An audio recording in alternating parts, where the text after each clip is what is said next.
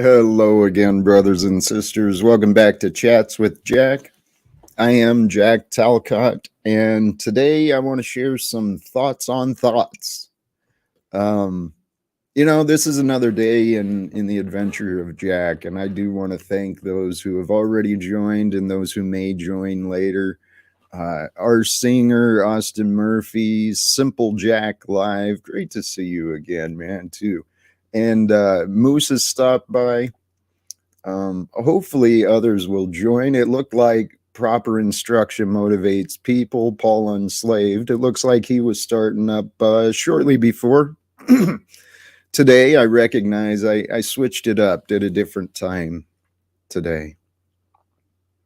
So thank you to those who join today and later, which reminds me, recently I was blessed to receive some new subscribers, and a couple of them commented.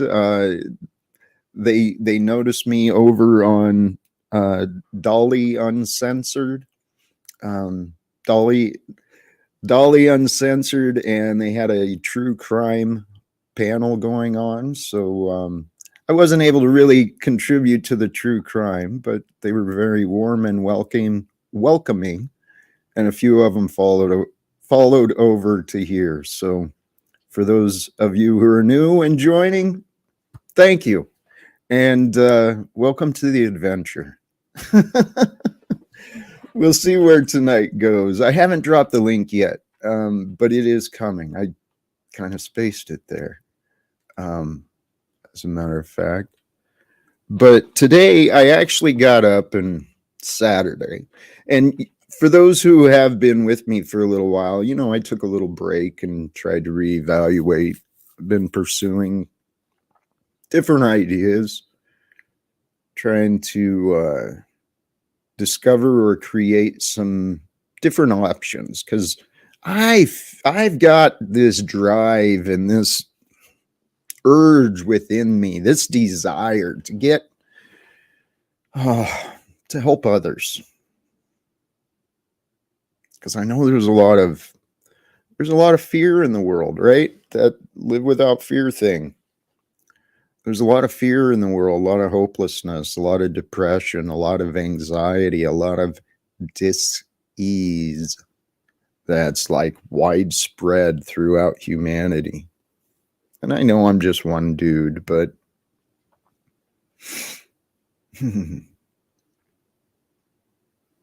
I was going to say my life is bizarre, but I think so is yours. That's kind of the topic and where I want to go with this today. So I was considering this earlier today in preparation. Well, earlier today, I was thinking, and back to the point, I had a break, and the idea is to restructure and kind of do things a little different. I needed to break the pattern that had been emerging in myself and around me. And so the 7 days a week thing too, I don't want to let people down in consistency, because I am a man of consistency and commitment, but I am allowing myself to be a little flexible to, check the analytics and see the information, see what times might work best for you, the viewers, and for me, of course. I do include myself in the equations of my life now. So the time is a little bit different today. The point is, I may take weekends off, or I'm debating doing maybe if I can start figuring out how to refine my message, what I'm trying to get out, and, you know, maybe bring in some flair together to some images and stuff, you know, ideally, I'd like to have it Monday, Tuesday, Thursday, Friday, and then weekends for like panels and stuff like that. But I don't know. I don't know. It's all going to be developing, and it's, who knows? My goals are actually off of YouTube anyway. So who knows? As of today, though, we are here. And today, where my thoughts were thinking, my thoughts took me. Well, from the sweatshirt I'm wearing, facts don't care about your feelings. They don't. Facts do not care. Truth does not care about love. See, and I look at God as the truth, right? God doesn't care what you love, who you love. Who gives a shit? You love something, so what? That's your problem. That's what I learned. Facts don't care about your feelings. And new facts are revealed to us every day. And how often do you allow your feelings to change? Right? I mean, from the patterns, because it's really easy to develop the same patterns and to normalize the same patterns, thoughts, routines. It's really easy to fall asleep, to start living in a subconscious life, pretending that you're living, you know, with the fears of survival and all of that, you know, so it feels real. But are you awake? Are you living? Are you conscious? That's kind of what I wanted to talk about, was consciousness and awareness, and the difference between listening and hearing, remembering, recalling, the difference between believing and knowing, and primarily the topic of awareness. Awareness is the key, my friends, my brothers and sisters, fellow countrymen, neighbors. Hey, what I was thinking about earlier is along the lines of this topic of how our minds process the information that's revealed to us. I've been trying real hard, figuratively, trying to understand the best methods to communicate the simplicity of what I'm trying to say. But I want to be accurate and truthful in what I Google's talking to me in the background. Sorry. Damn it.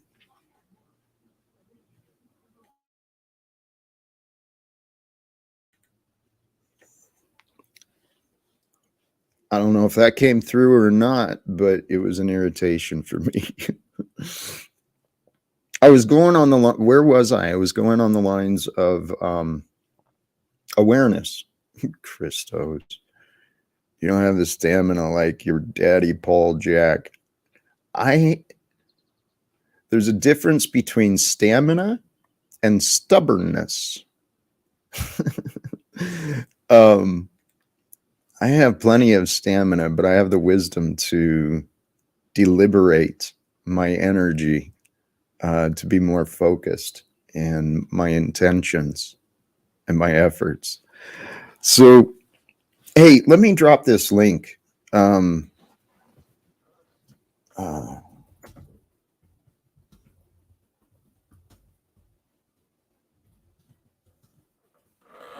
didn't mean to hold that off for so long. if there is those who want to join. I don't know how long this stream may go. I don't know how to. I could try and play along and figure out how to do that restream stuff today. Maybe that would be interesting. I don't know if anyone wants to join and play along with that. Feel free. But where I was going with my thoughts today, how you receive my words, that's what I was discussing. Trying to figure out the best way to communicate. It really doesn't matter how I do it. I mean, it does and it does not. For you to understand, it really depends on you. You know, if you listen to me like a joke, I'm going to give you some reasons to laugh. I think I'm pretty entertaining. I think I am. I think I got a decent sense of humor. So you can listen as, you know, entertainment and a distraction, and you can listen with disdain, right? You don't like me. You've already decided that. And so you're just listening for things to, you know, react to, you know, place yourself above me and tell me how much better than me you are. So you can listen to me like that as well. Or you can listen as though I might have some helpful tips, that I might have some value that you might receive. You might, you know, if you looked for it, if you looked and listened for the purpose of value, you know, like, I think it's there. But I think the key for me is you got to kind of relax your mind, and you got to allow your mind to flow in like different directions. Because I recognize I'll be like talking one topic, and then all of a sudden we're like over here talking about God or economics. It's like, where did that come from, Jack? I know. It's there. I'm out of practice, maybe out of practice in like dialogue with others. But that's what I've been saying. That's why I do this. I do the StreamYard so that I might have some practice in communicating.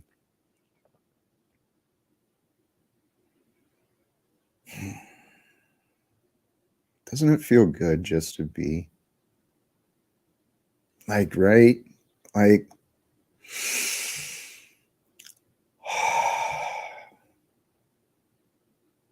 over the monitor, I can look out the window. I see the trees and the clouds and a little bit of blue in the sky. I actually see some smoke. The neighbor's fired up his smoker right next to the fence. We're grilling up some meat, some good carcass, and it will smell nice. But I got the birds chirping in the background. You know, I've already spent some time in massage, stretched out my spine, you know, loosened up the hips a little bit, some stretch and massage, and holy cows, the body's just tingling with pleasure right now. And right now is really where the experience happens. It is the only point of knowing that we are. See, each of us, hey, perfect. Welcome, my brother. Fabulous to see you again. Simple Jack. Yes, hello. Thoughts so far, or just want to go with the flow? Well, actually, all right. So I'm here, of course, Jack. Hello, how are you doing? I'm here with Love. I'm also here to play devil's advocate to help dig into your thoughts. Respect, You know what I mean? brother. And Respect. it's not to pick at your thoughts. It's to elaborate what's going on in them and the workings of your thoughts. So, one thing you mentioned earlier, and hello to the chat, by the way. I'm Simple Jack, if you don't know. Hello. I'm a new guy here. I've come in one time, and then the one time I was here was great. And then I watched a show yesterday with George. I think it was George T. He was a great guest, by the way. You guys really did do a great job of co-hosting each other, bouncing off each other. So great show yesterday, and hello everybody in the chat. So you mentioned something about wanting to explain a message, but then sometimes you run into a listener who isn't capable of receiving the message yet. But I would think it's almost the job as the messenger, like your job, is to understand your listener and to be able to find the correct words for any listener and to be able to get through that wall and to, and to work and to mold your listener into something that's now willing to listen instead of being a wall. So that's the only thing I saw earlier. And one of the things that you said is like, don't deny somebody because you don't understand your listener. That's how I thought maybe you said something, and maybe I got that wrong. Thank you for allowing me the point to clarify. And brother, thank you. Seriously, SJ, you may be the blessing I've been seeking. Regarding George, George Monty, No, True Life podcast. Thank you.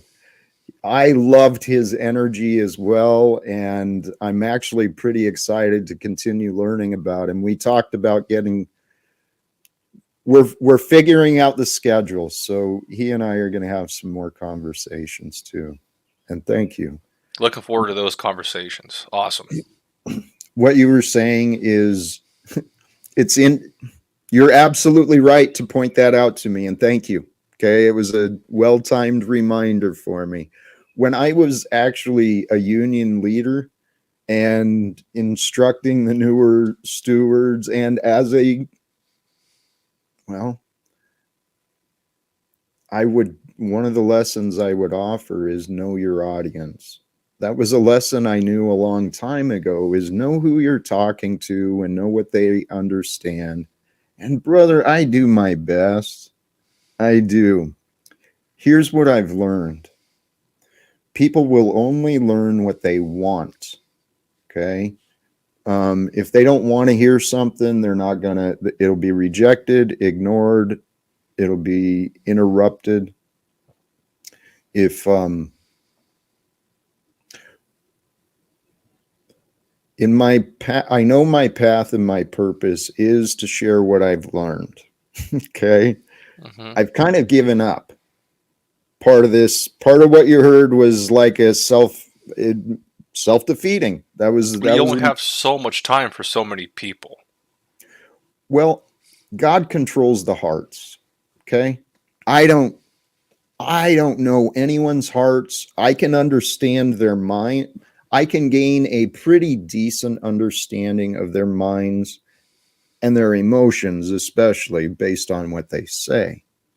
And with that, I can get a good, kind of like what Paul does. You can understand a lot of a person's behavior or their past from what they're doing or what they say today. Typically. I don't remember why I brought that up. The discernment of, well, where I've resigned myself is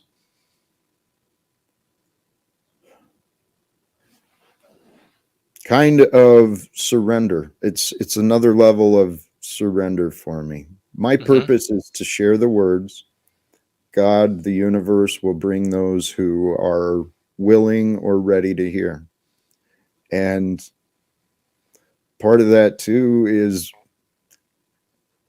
when am I ready? Right? And that's the question I've been asking. I don't know. Oh, I SJ, think you're ready. thank you. Yeah, I think you're ready. I mean, you're every step you're moving forward in the right direction by having these streams, talking to a community, expressing your thoughts without being overrun by other people, and without your life without fear. Can you imagine trying to express your thoughts and all of a sudden be just in fear of what you're trying to say by people just by not opening up your channel? I mean, you could literally just not have the StreamYard link available. You can just This is my way or the highway. But you're like, no, I want to be able to hear what people hear and think about my thoughts, and then maybe we can have a conversation and move forward as a community. That's a great part of it. Now, another part of this equation too is my real life situation. I don't know why everything has happened the way it has, but I've got no connections around me. I mean, people are polite and nice, but nobody has any time for me or any concerns apparently about what I'm dealing with or what I'm trying to do. It's been Ooh, bizarre. I feel so bad that you say that, Jack, because I thought that maybe you were the main link in the chain of the Jack Talcott show. Like everybody in this right now audience is here because of you were the main link. And I I was actually about to ask you how your day was going to go and what you have for breakfast and then um, and how you're feeling. You know, I was about to ask you that, but as soon as you finished. So I'm sorry that you feel that way. I'm here to help build a community, and I think I would love to be for you to be part of my community and me be part of your community. So I'm honestly genuine here for that, Jack. So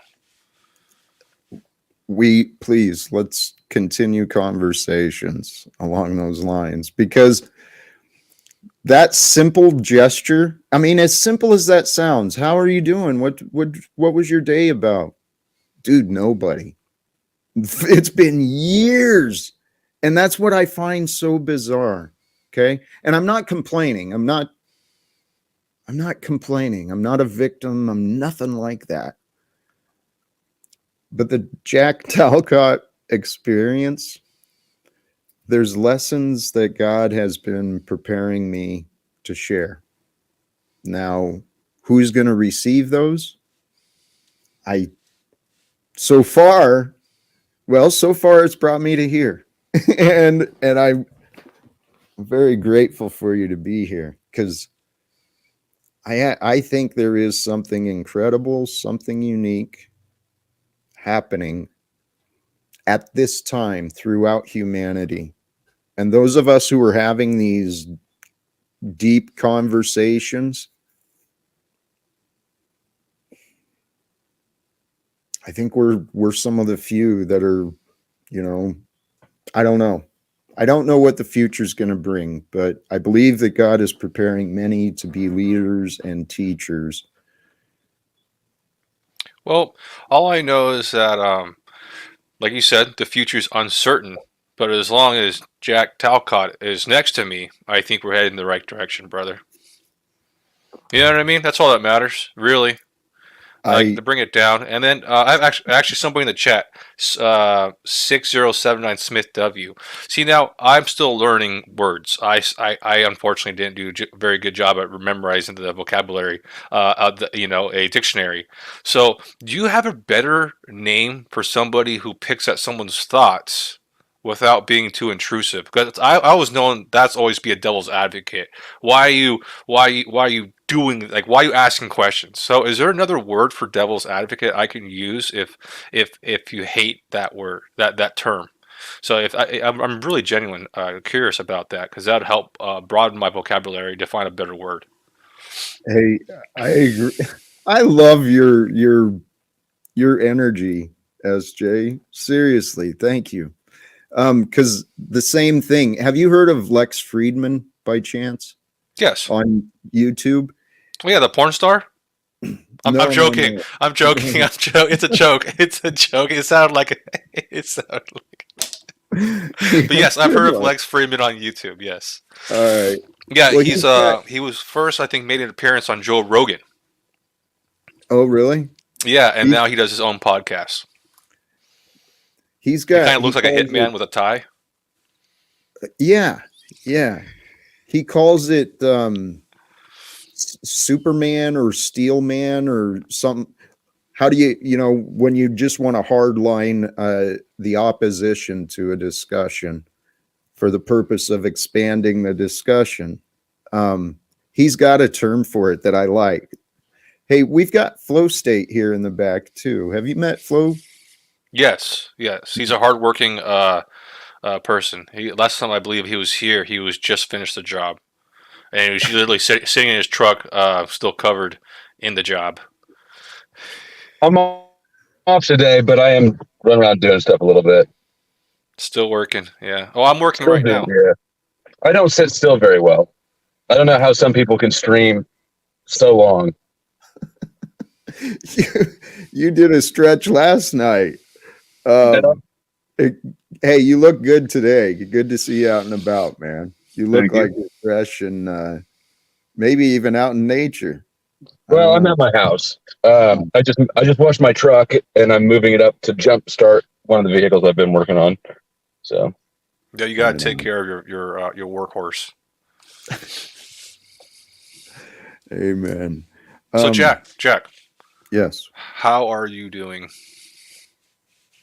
I hate- Before we actually move way too far forward, and before we can just keep on just rolling, how is Jack Talcott doing? I honestly hate that question. I've hated that question for years I thought you wanted because somebody to ask that question. you can't win, can you? I know. You're right. SJ, I feel blessed and thank you for asking. I really do. And what'd you Part have of for that, breakfast? part of that is this. Um, I don't, I don't know if I've eaten yet today.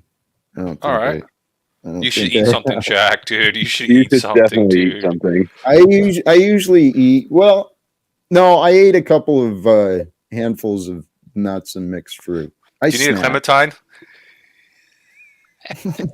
No, Those are good pick me ups. Little oranges, dude. Those little oranges are they good pick me are. ups. I just had a bag of mandarins, but they were not very. They were picked at the wrong time or waited too long. But I've got Hello. some notes here. That's why I'm not. I'm sorry. Please go ahead. I was just saying hi to Latoya Williams in the chat. She Oh, said hi, Simple amen. Jack. Yeah. She said, "What up? Life's good." I had breakfast this morning. I'm a simple man. I go to Jack in the Box for my breakfast. They do a fresh cracked egg over a sausage sandwich, bro. It's good. $2, $3, and I'm good to go. Get myself an iced coffee. So I had breakfast. I streamed today. I went and hung out with my community. That's what I do. I'm a video gamer, so I did a couple hours stream and hung out with my community. That's what someone said. If you're going to build a community on YouTube, you don't necessarily have to stream every day, but you have to be consistent with your community. And unfortunately, the only way to do that, I think, is to stream. Or at least do some kind of community post or some kind of interaction like YouTube short, because that's the only way we can keep our community. I don't know what the word is right now, but just to Active? keep it alive, keep the heartbeat going. You know what I Sure. mean? That's still if yeah to keep keep the yeah. It's like a gear's missing if I'm not there. So yeah, we got to keep the heartbeat going. SJ, that's a beautiful segue. It needs attention. The community, it needs attention and energy in order to grow. Our attention and energy, our focus, that is so important in our lives.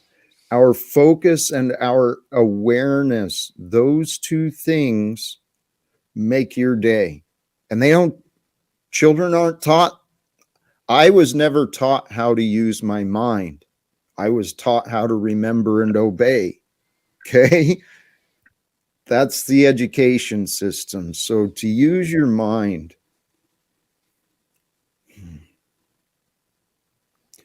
you must first become aware. And that's what here. I'm not taking the way I thought I would into the topic, but regarding what we're experiencing right now, it's an energetic shift. It is a shift in the consciousness and in the spirit of what we are. And as I'm explaining it, I mean, I can explain these things in different ways and I can show the evidence that I've seen. But to me, it makes sense. It feels true with everything I've learned. And the way I see it, if logic and reasoning ring true,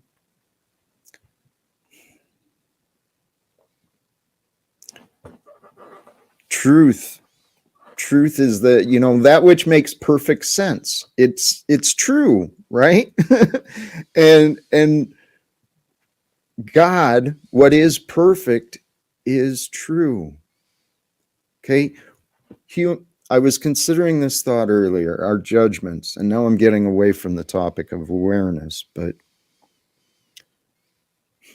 our judgments, we've been taught to judge, right? To separate, to divide, to create all these labels of everything, including ourselves. We create these definitions and labels of who we are, and then we compare who we think we are to everything else. And in those imagined separations, imagined differences, we create this hierarchy of standards, and we judge each other as whatever. Oh, I hated that. I hated being taught labels, and then believing that those labels were the truths, and living by that, and making so many bad judgments, and then living the life of like what 20 or 30 years of the wrong truths, and then becoming aware, and then having to empty the cup and figure out what to put back in the cup was tough. I'll tell you that right now. So that's why I was like, I'm kind of bouncing off. You have to be aware of your surroundings, and then you had to be able to empty that cup that was full of all that bull crap, or all that I don't know. I guess you can say poison, and then you got to be able to fill the cup back up with clean water, which is unfortunately hard to find, dude. It's hard to find to filter out the bull crap, but as soon as you do, you're drinking good. You're drinking faith. I mean, damn it, I hate this crap, bro. I hate when people get into a rhythm or like a flow state, and all of a sudden they're saying stuff. It's just like, damn it, I should shut up now before I get myself in trouble. Dude, the way you're saying that is beautiful. I'm trying to keep things simple, and it's just like, Jack isn't that simple, is he? I'm like, I can't show my true colors, bro. No, this is holy cows! But you said something there that inspired me, and I that's why I stopped. I can only give you so much. God bless you, man. You are seriously. Well, we are all heaven sent.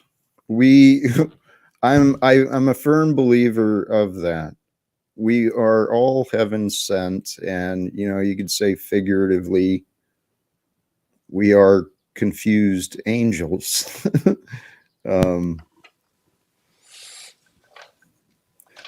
We live within that's what I wanted to reflect on. Or unguided children. Say that again, please. Unguided children who are Beautiful. just left alone in the freaking park, running around on what's that island from Pinocchio? Yeah. I was going to say Lord of the Flies. Or Lord of the Flies is pretty ruthless, but it is kind of Lord of the Flies out here, dude. It is. That right? The great reference, dude. It is Lord of the Flies out here. What a great book! If you guys haven't read it yet or watched the movie, it's my babysitter let me watch that movie when I was little. Freaked me the fuck out. I don't remember it that closely, but I wanted to reflect on what you said. I loved how you described that. We've got to empty the cup and then choose what to fill it back up with. It's so easy just to throw water in because you're thirsty. You're thirsty to try to fit in somewhere. You're thirsty. You know, your cup is empty. You almost you need is empty. You're like, where can I go? And you jump into all of a sudden the same group you were in before, or you start. I don't know how to say it, but you can easily end up in the wrong place again, or Well, in another place, but not moving forward. I don't know.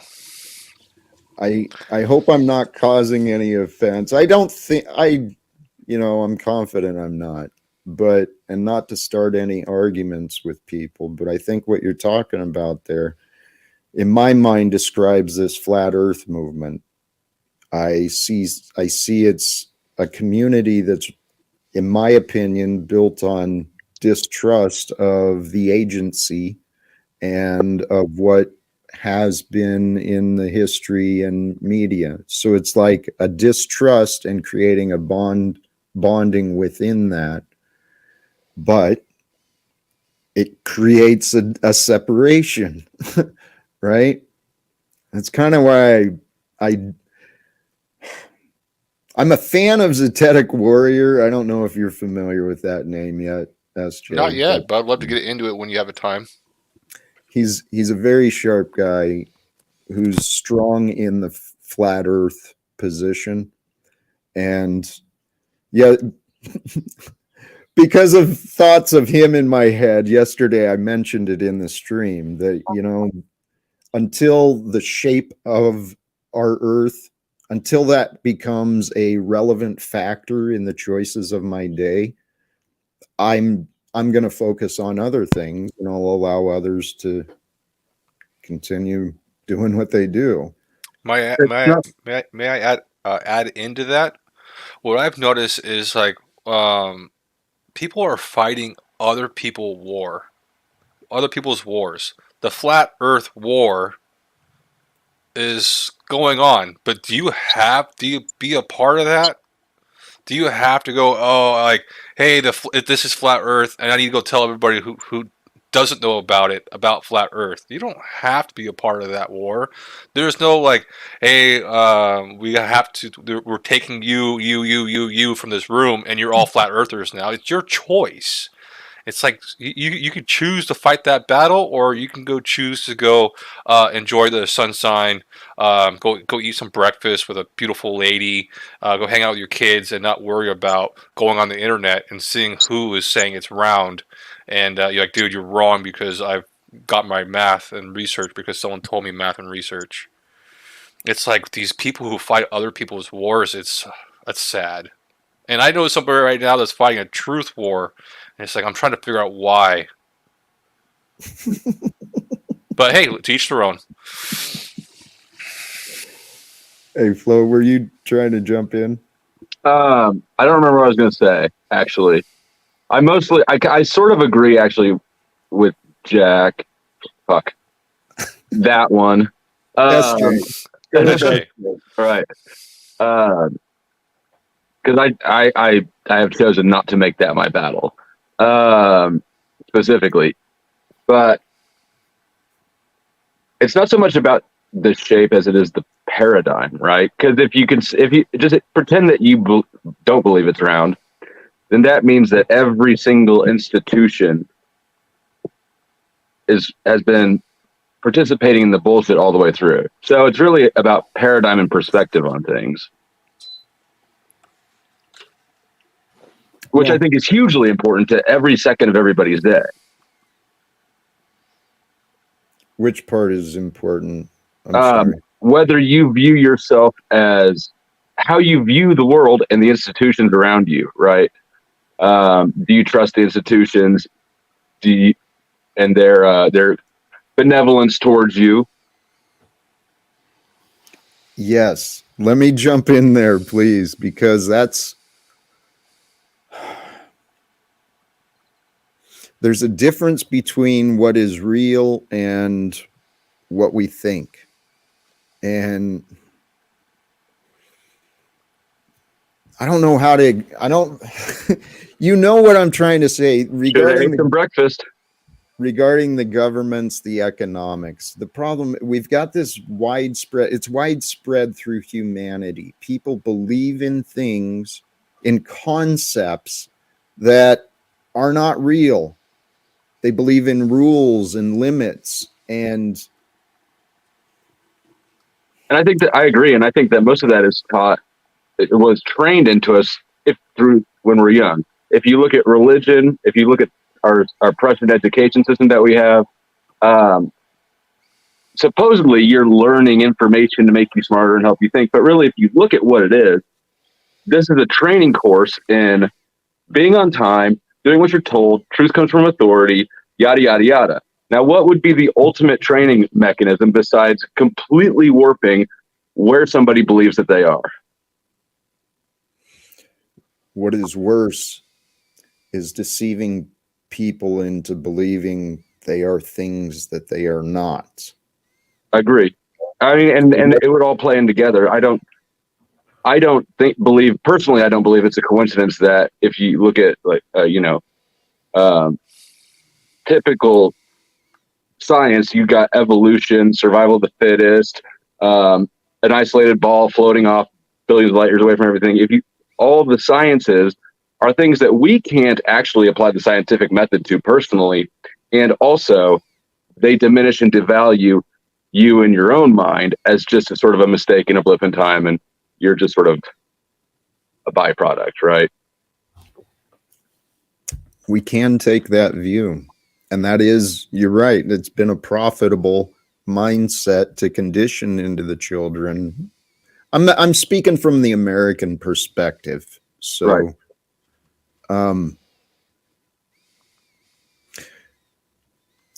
This practice of awareness. Okay, we're going through this energetic shift. People are going through, this is a period of ascension, I believe.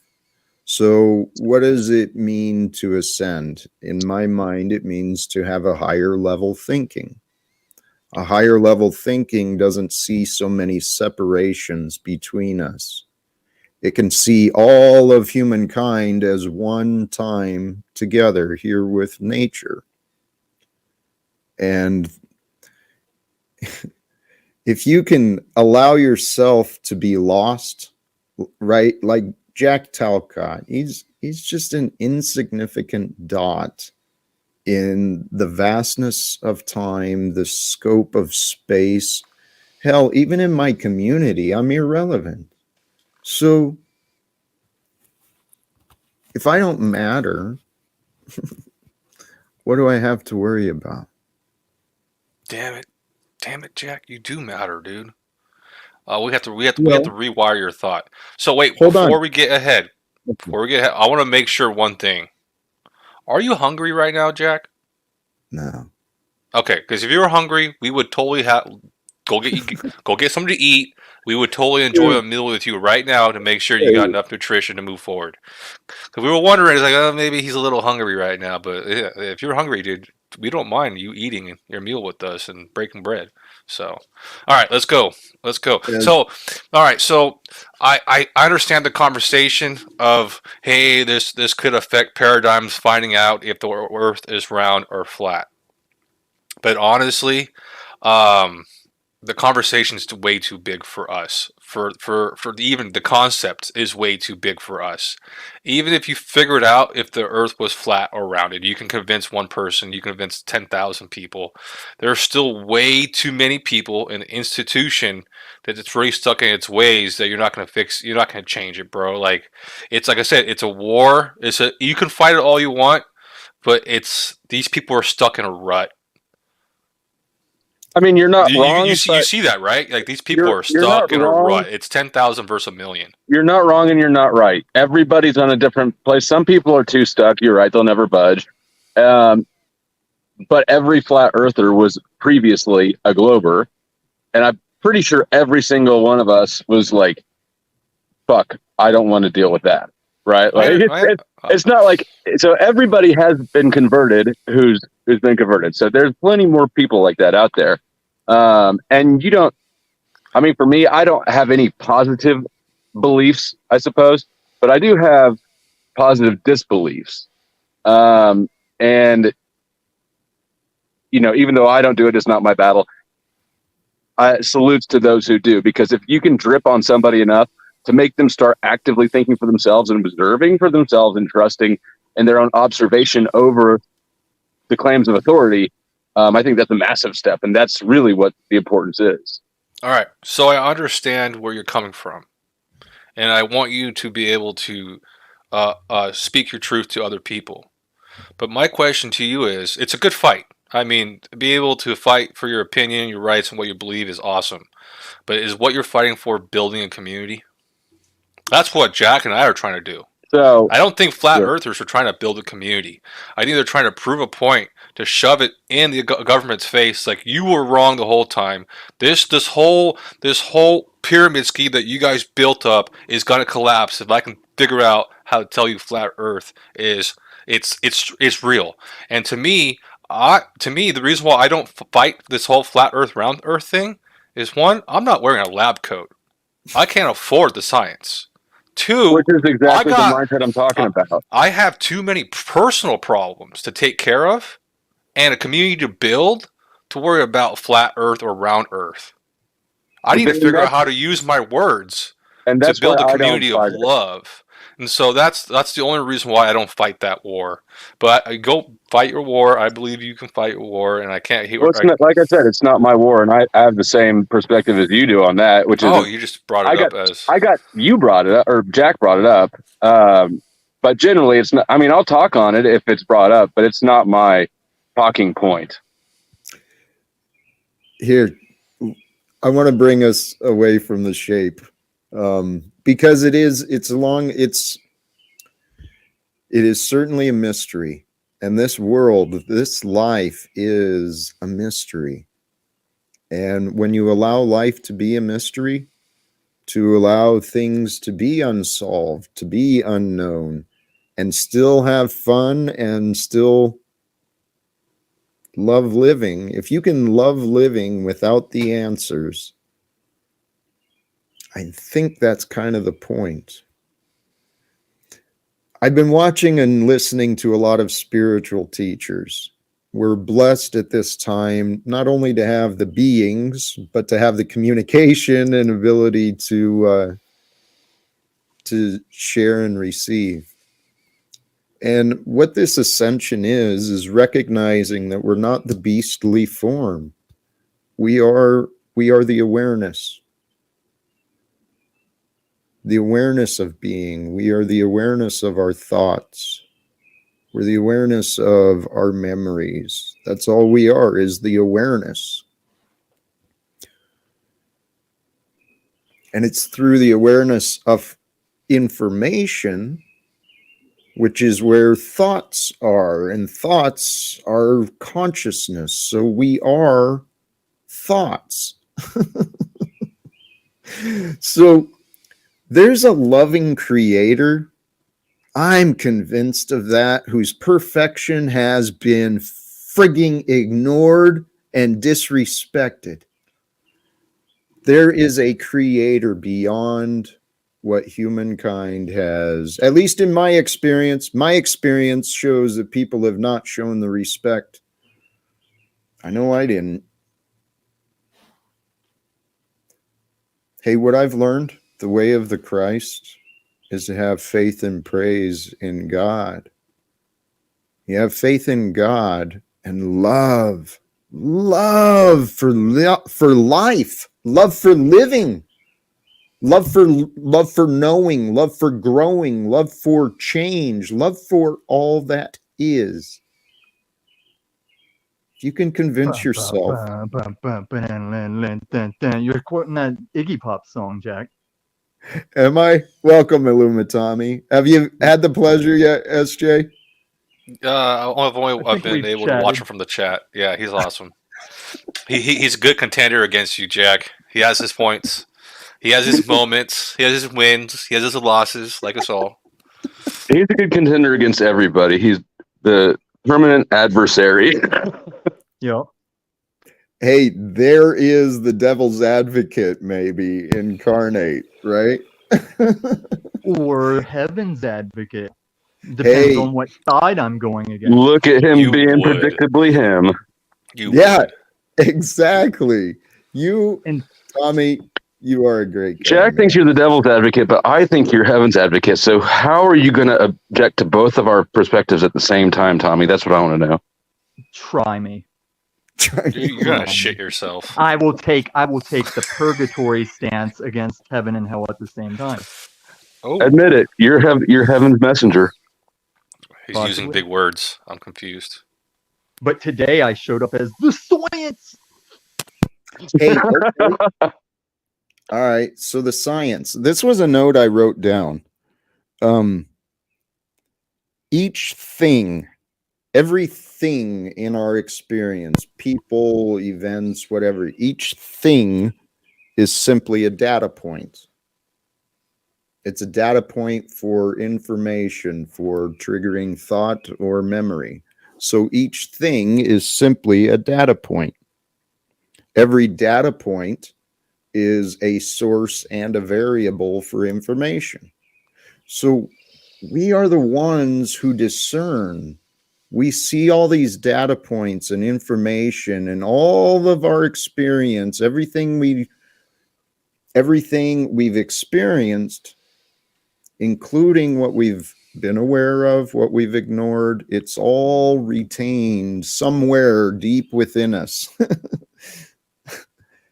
And the thing is, we got to stop looking at this world as things. Stop looking at each other as things. Stop labeling ourselves or fitting ourselves into some diagnosis or some definition. Because we're verbs. We But are. data points are things. You just thinged at everybody and then said not to thing people, right? Data Let him do his points. thing. Let him do his thing. It all makes right. sense in the end. It'll all make a big circle. We'll see. Well, okay. Amen. Actually, It'll be a big globe. To take it further, we are the no thing that observes the things within the thing, right? We are the no thing, which is the awareness. At one point, you have the awareness of a child. I used to have the awareness of an alcoholic. You know, we carry these different labels and perspectives of the world, but we are just that. We are the awareness of now. Now is all we are. SJ, I think that's a big W for me. No, you pointed hold on. You pointed out that I said I contradicted with the things, don't label things as things, but I also pointed out that we're not the thing, we are the no thing. Because in the reality, no thing from our perspective is real. It's an illusion. It's the Maya that was talked about in the old philosophies. It's the dream. What's the matter, Simple Jack? You getting a little migraine there? No, this whole no thing, and this is I have to separate from nothing, but there's no thing, and then I'm trying to fit that in there. I'm trying to label. I'm trying to get the layers going. Jack, and Simple it's Jack. working. It's working. There's not something working there. Until you make it a thing. All right. So just roll with it. It's sort of I like am. how God can be himself and his son at the same time, right? I'm letting it grow like an onion. Okay, it's got layers. Yep. Here. So back to no thing.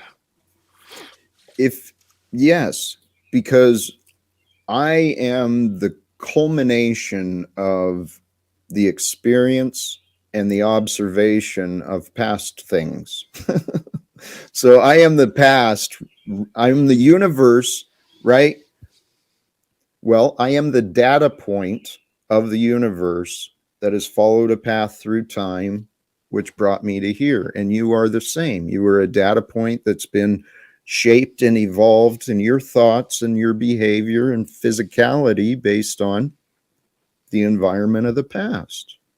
So the past, we talked about that before. The past is just memories. I mean, it's not physically, you can't physically go there from here. So the past doesn't exist. The future, it's hoped for, imagined, expected, whatever.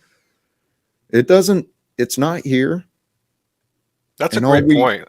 How we remember the past so vividly and strong that we could literally wear it on our shoulder, and it's just like it literally doesn't exist. It only exists in our mind.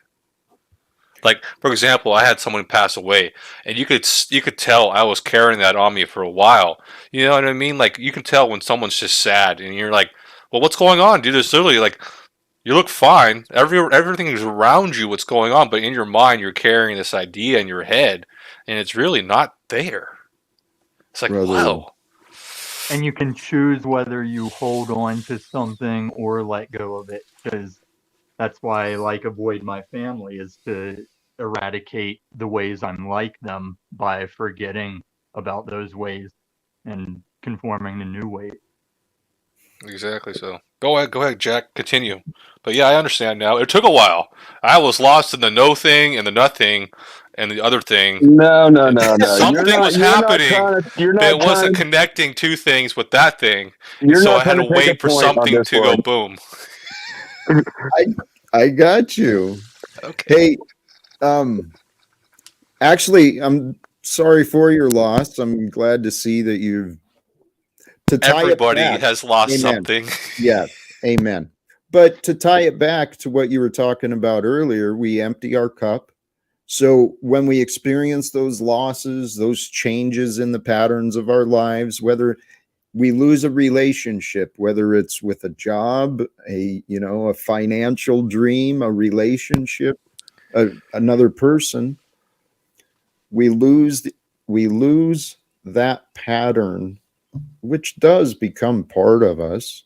The things we bring into our lives, physical and especially the other things like people, they become part of us and they do transform us. So when we lose those things, when life shows us the facts don't care about your feelings,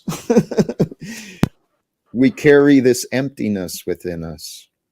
And that's what it is. It's a space of lack, and it's not ours. It's not ours to carry. It's not, if we're carrying that loss and attachment, this society has normalized depression. It has normalized carrying guilt and resentment for years, and that's not normal. It's not healthy. And we are the only ones who can change it. On that note, that's why I appreciate your channel. I think there are some people here that this makes their day. Coming here and checking in with you. So and you know what that means if I don't have to say it. If you come here and this makes your day, awesome. Awesome. Brother, thank you, man. I sure do appreciate your perspective. By the way, I dropped my phone number and email in the private chat. If you are No dick available pics, and dude. interested, please. Huh? I said no dick pics, okay? No. Bobby, send a picture of your butthole What's to an him. email and a phone number for? And then John Smith, I'm not being turned, bro. I'm here to learn and love No, this he meant community. Yeah, I'm turn. not He saw turned. you hitting your vape. He meant you're getting turned. Oh yeah, I'm That's I'm, what I'm the burnt kids over here. say for getting Yeah, I'm bent. getting burnt. Yeah, I'm getting burnt over here. Blinky, blinky. Yeah, that's a firearm. Blinky's Hey, a firearm. A vape is what you're smoking, I guess. Oh, I Vaping. thought when the pen on the pen blinks, they call it blinking.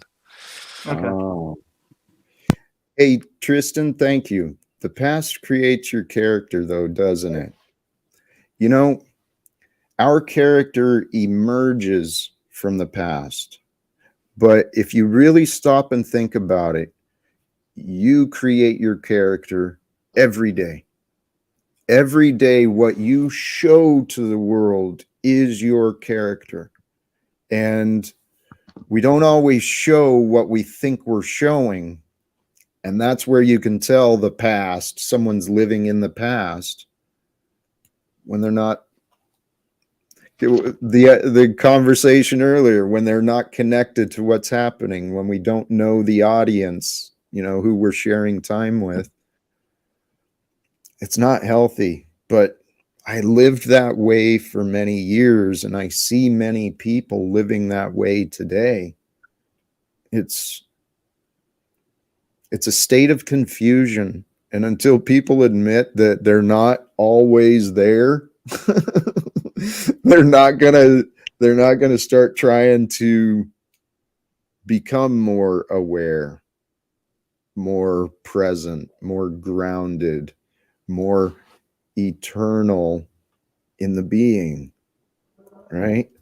You become one with the moment, man. Life just kind of flows. It brings you lots of things you don't expect, but that's what life is. It's this game. It's this beautiful gift that's been bestowed upon us. Life. I think humanity's doing things wrong. So, Jack, what are you grateful for today? Because we have life today. I mean, we all woke up. So, what are you grateful for today? Oh, list is endless, but it starts with my breath. I know my breath, therefore I know I am. And I am the result of the past, and I am the potential of the future. It's all just right here waiting to be discovered. And I don't know what'll happen next. So what am I grateful for? Everything. You guys especially. And Illuminati, who have you got an argument with today? Oh, let's say last night, early this morning. Uh, Kid. Was it a good argument? Was it good? Was Oh it a good yes, debate? it took up the entire EBT stream, to where whenever people were saying, "Is this even real?" I went to call Jack to have him come in and tell us if this is real. But then I realized, oh, I'm on the stream with my phone, so I can't call Jack. But I was about to. I was thinking when you asked that question, his list of arguments might be as long as my list of gratitude. Right? So, And it's I'm not very that I sure it's want it. longer. It's that so many people in these streets are just wrong all the time. I'm like, well, I can't leave them stupid. I have to try and correct this. You're a Oh, warrior. I came. Thank you for your work. Thank you for your hard work. You're a warrior. I The try warrior of to the streets. do what I can do when I can do it. Oh, do you know what these streets aren't ready for as far as my man on the street stuff? Boom. Mini microphone. People are not ready to have this microphone jammed in their face. The man on the street stuff. Like, look at my hand holding this microphone. Hey. Some would say that's the right size microphone. Okay. I can just see Tommy though holding that tiny little Not the size microphone of in the front of microphone. someone's It's the face. questions you ask with it. Oh my Am I God, right? Tommy, you crack me up, brother. I thought it was like Would a you cock ring barbell at first or something. Was that? I thought you were showing us your barbell cock ring at first. Hey, Man. this question is interesting. There's a homeless man in our town. He's not begging or being disruptive. He hasn't asked for help. Should we offer help? You only have one?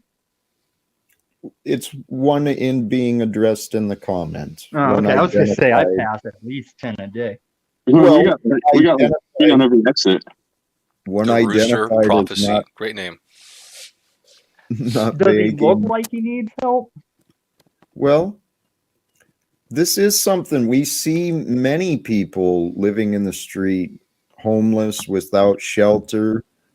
Not all of them are begging. Not all of them are asking for help. But how do you know?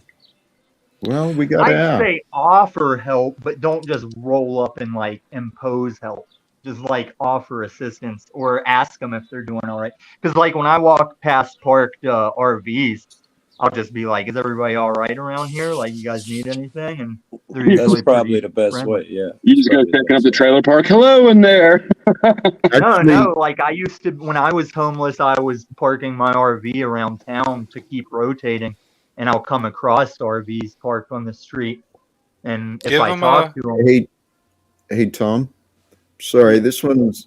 I mean, this sounds like a genuine example. I mean, that's right now, and if you, I would look up in your community and see what sort of services are available.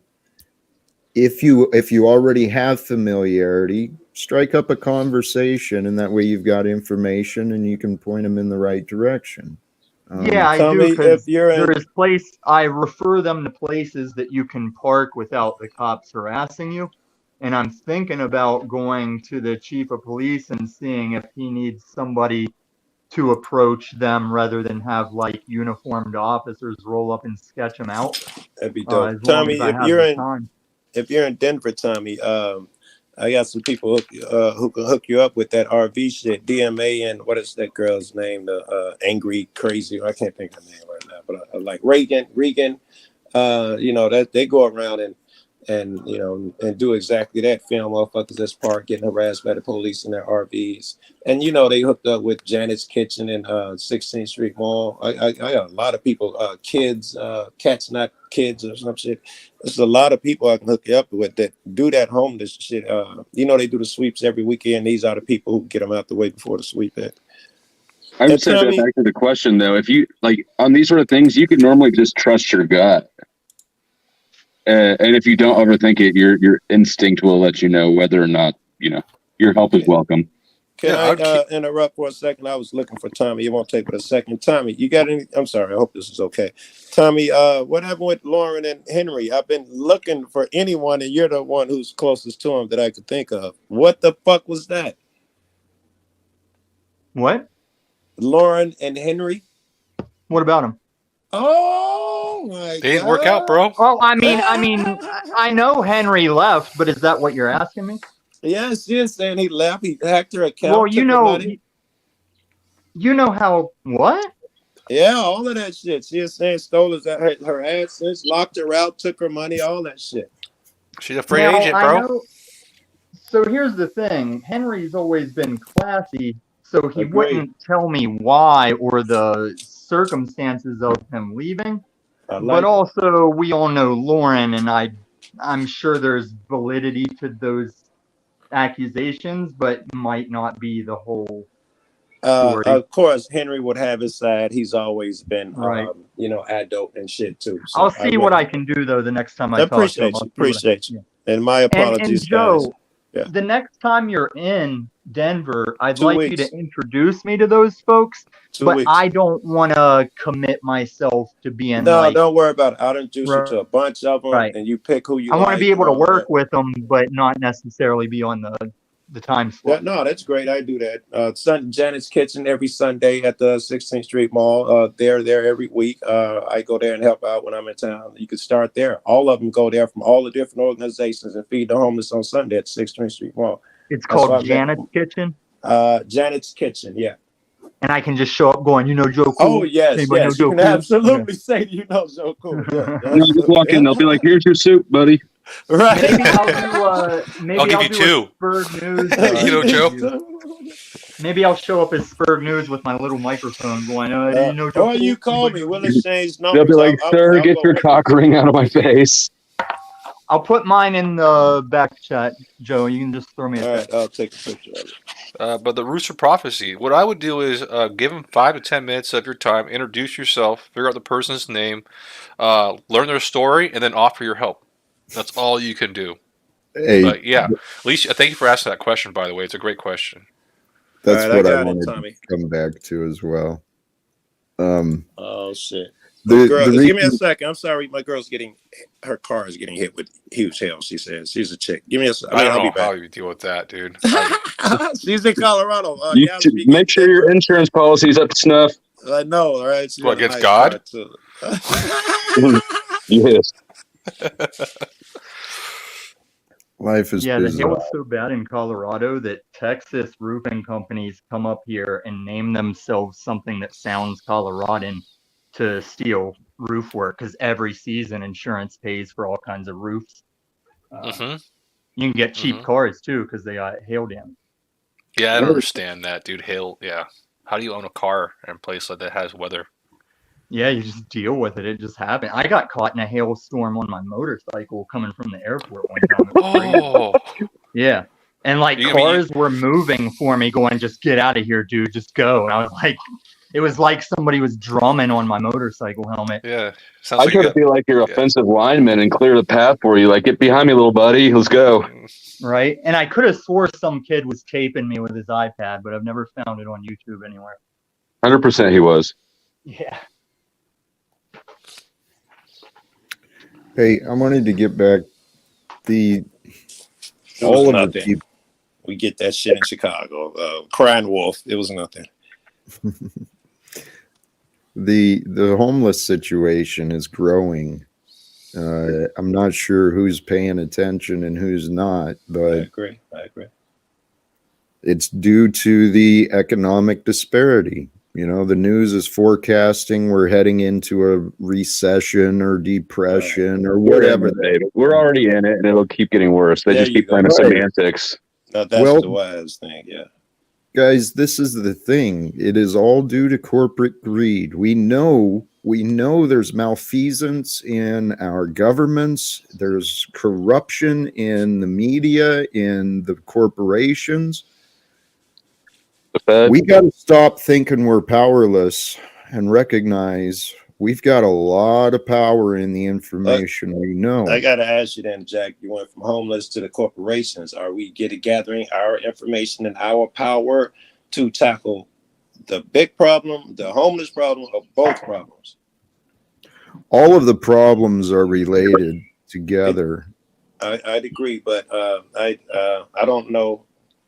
We got to do some planning, or I don't know what we got to do to defeat the fucking big corporations. Homeless, we can tackle. We can do that shit in our area. I don't know what we do to fight the big corporations. The biggest issue with the homeless is separating who wants to get homed and who wants to just vagrant. Many people are out there. I'd say most want to be out there. You will not get them off of that street. That's Right. correct. They wouldn't take a free apartment if you gave it to them, which Right. people have tried. And they Right. want to just sit on the street. I honor that though, bro. I honor that. If that's what you fucking want to do, I honor that. I love you. If I could help, best wishes, because these people are not what I imagined. They are like capable and strong and have a community, and they don't want to change it. They're free. They got the tech guy. They got the cook. They got the guy who makes the runs. They got the young guy who does security. These guys, they like what they're doing. They got cash, cell phones, and It's like a sacks. tribe. Most They of got them, cell phones and chargers. And But Yeah. here's my Yes. problem, though. If they're causing problems, you need to just be out in the wilderness living like a tribe in tents. Because if you're just staying on the street to beg and to just throw crap wherever you do, because there's a lot of encampments that when they Yeah. move, they just leave crap behind. Yeah, all right, check this out. How about we do this?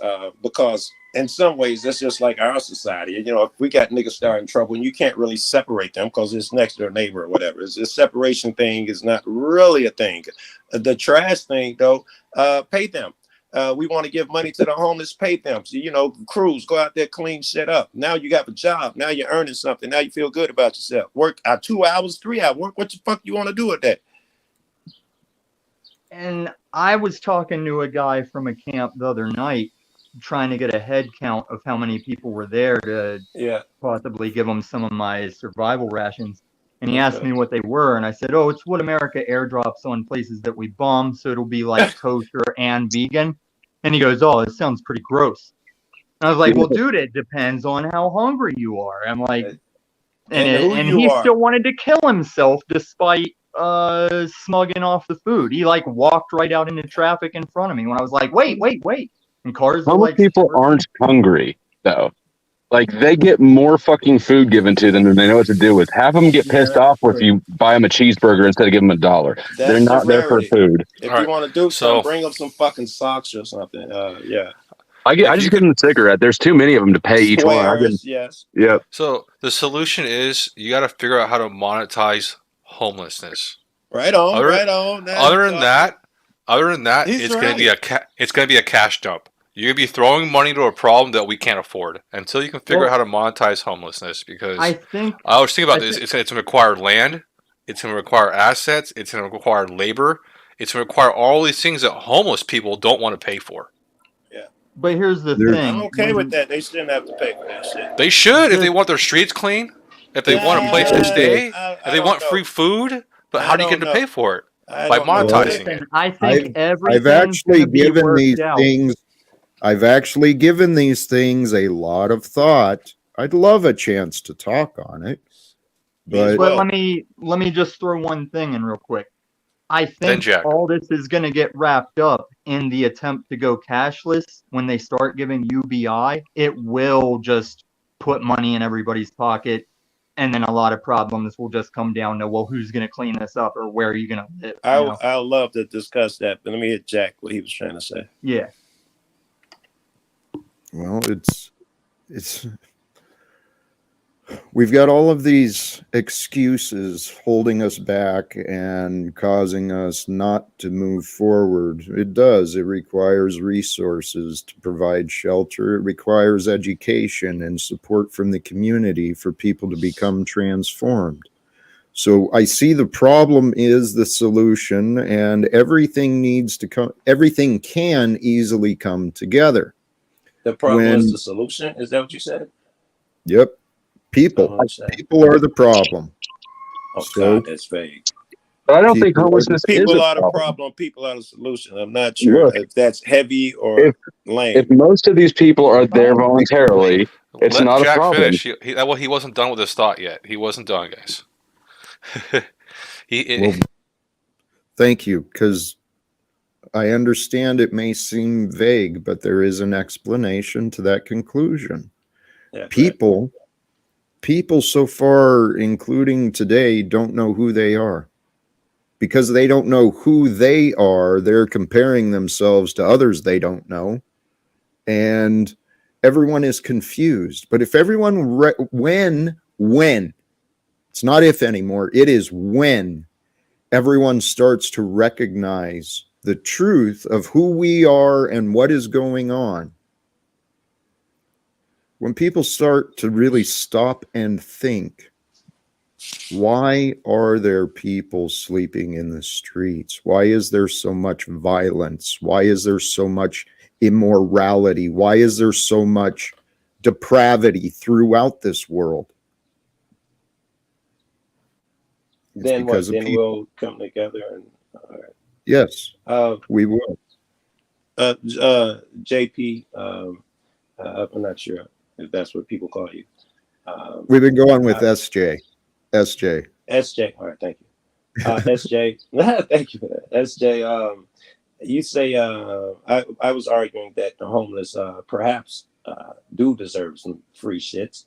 And I'm coming from a place of this is God's earth. He has a right to it like me. Some greedy motherfucking corporation, that's us, has come in and took up every swatch of land and told him you have to pay to be here. I'm not so sure that's real or okay or true. That's it. That's what's happened. You're right, Joe. We've had these corporations.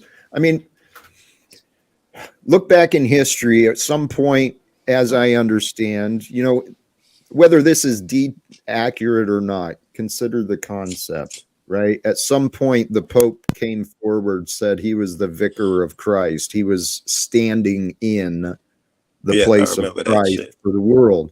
In other words, he owned the world, and then he leased it out, or the agency of that authority leased it out to the other rulers, the kings and queens, and then passed down. The wealth inequality is established, the education systems are already separated, and the monarchy is over here too, by the way.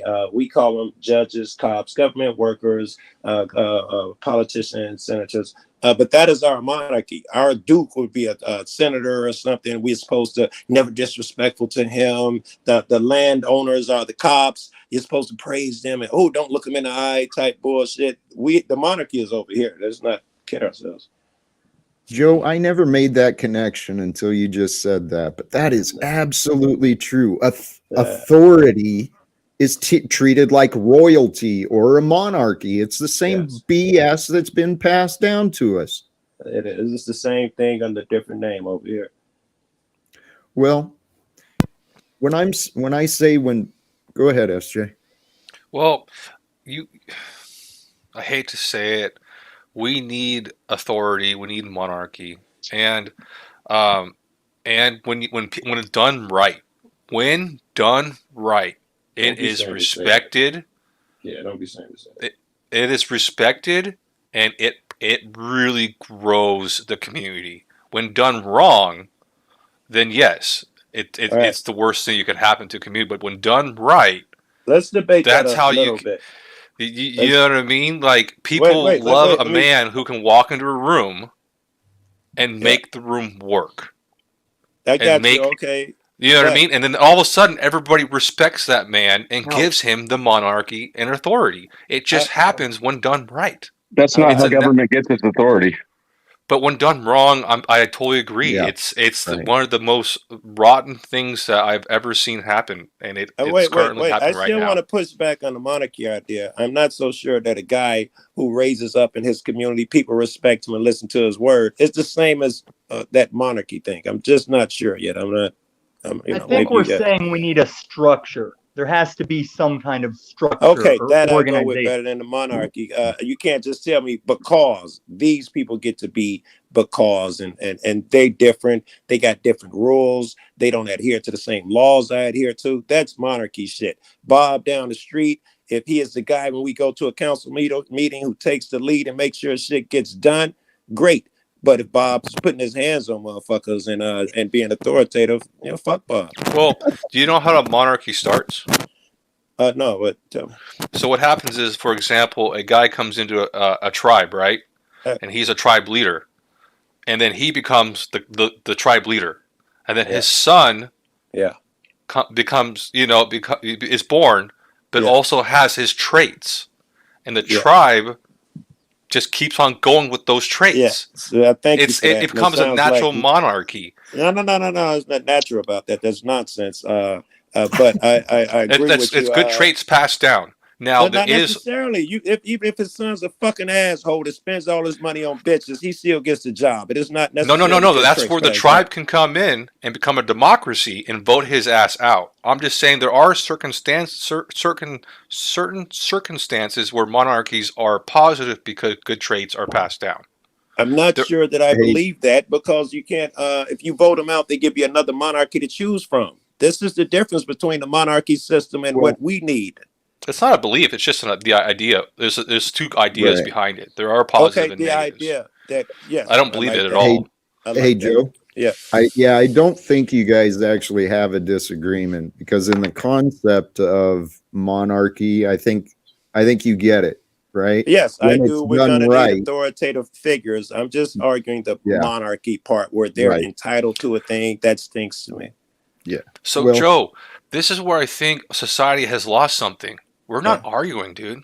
We're having a great conversation and debate. Wait, if I say arguing, I probably don't mean in that sense. Exactly, that's the word as debate. Yeah.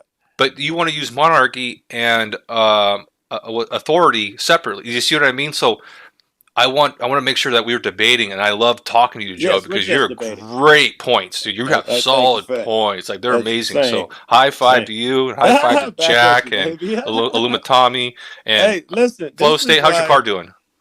It's doing fucking great. I just came from Ohio, out in the nuclear plant. I was editing the vid right now. I took a break to hop on here, and I know I blow smoke up Jackass a lot and suck his cock all the fucking time. But again, he is not all the time. He is not getting the credit for this like this, man. This is a great moment. I think great buzz, great energy. Deeper, Joe. And Jack, try harder. Well, yeah, and that's what I've always He's not feeling it through the mic, okay? this is what I've always been trying to tell Jack whenever I say just find your thing and do your thing. A lot of these streets want to show Jack his shortcomings or his faults. Yes, agreed. And we all have those. And when you Guilty. I'm find your guilty too, by the thing, way. oh, and I do it too, and people Yeah. do it to me. And it doesn't, and I mean, with any of us, when you find your thing, your faults won't necessarily stop you disappear. I agree. Yeah. Agree. Yeah. But I think what but you no one and, points out his good shit. I cut you off. Everybody's quick to point out the shortcomings. No one is. I shouldn't say no one. That'd be incorrect. A bunch of us cats point out his good points as well. Right, because you only think of the red lights you hit. Because when you hit the green lights, that's just how it's they didn't mean nothing. nothing. You never They're think of the green expected, lights. right? Yeah. Damn red light though. Damn it. Yeah. But what you and Simple Jack were kind of touching on is like, I think that's also where we get that it takes a village to raise a child. Because like what Joe's talking about was like on Gladiator, where there was the great Caesar everyone loved, but Hey, the Tom. Joaquin Phoenix was like hated, and that was his son. Yes, Hey, I want Tom, Mike Plummer to have a chance to be senator. Yes, go ahead. Hey, Joe, sorry to interrupt. No. I brought this up to address this comment. All right. Crap. This Is this a Jack original acronym? Please be. It is. Somebody taught Jack how to do Very PowerPoint. good. Because I know there's a lot of men and women I've met who cling to the title of libertarian, and they're very intellectual, very smart, and lean towards this constitutional republic idea. However, it's bullshit. Okay, it's this constitutional republic of delegating. I don't actually disagree. Go ahead. Well, it's a bunch of crap. And this is what I was saying. America has been buried under a bunch of crap. The constitutional republic, supposed American dream, it's propaganda. It does not exist in the structures that have been left to us. If you're having a legal argument, though, if you're talking about law, then the Constitution is a valid argument. No, I think you've just got misdirected hostility where when Benjamin Franklin said it's a republic if you can keep it, it was the answer to our problems. Where it went wrong is it's all in the pocket of the Fed now. Let's see if Jack is, first of all, I think constitutional republic, that's where we elect officials. Yeah, that's what it is. Who's supposed to follow the Constitution?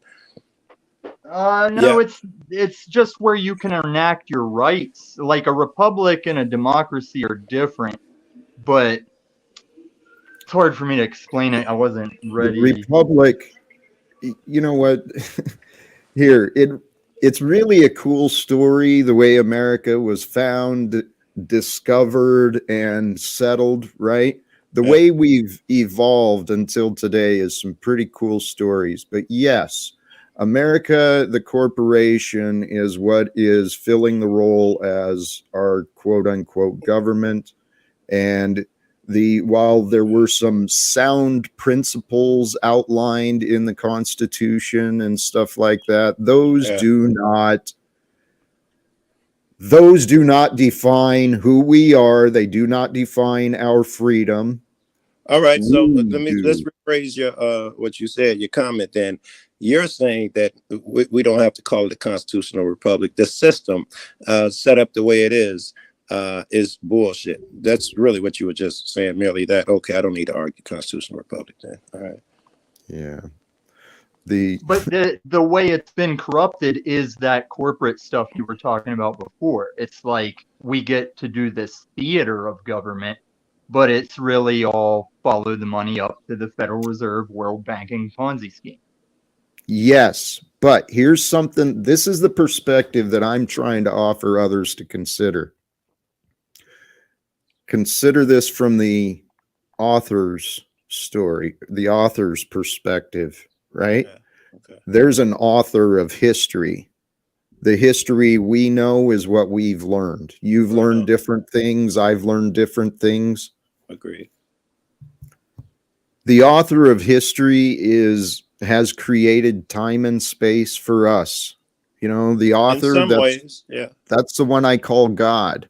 Okay, right? all right. I thought you were talking about the cat who writes these books that we read. All right.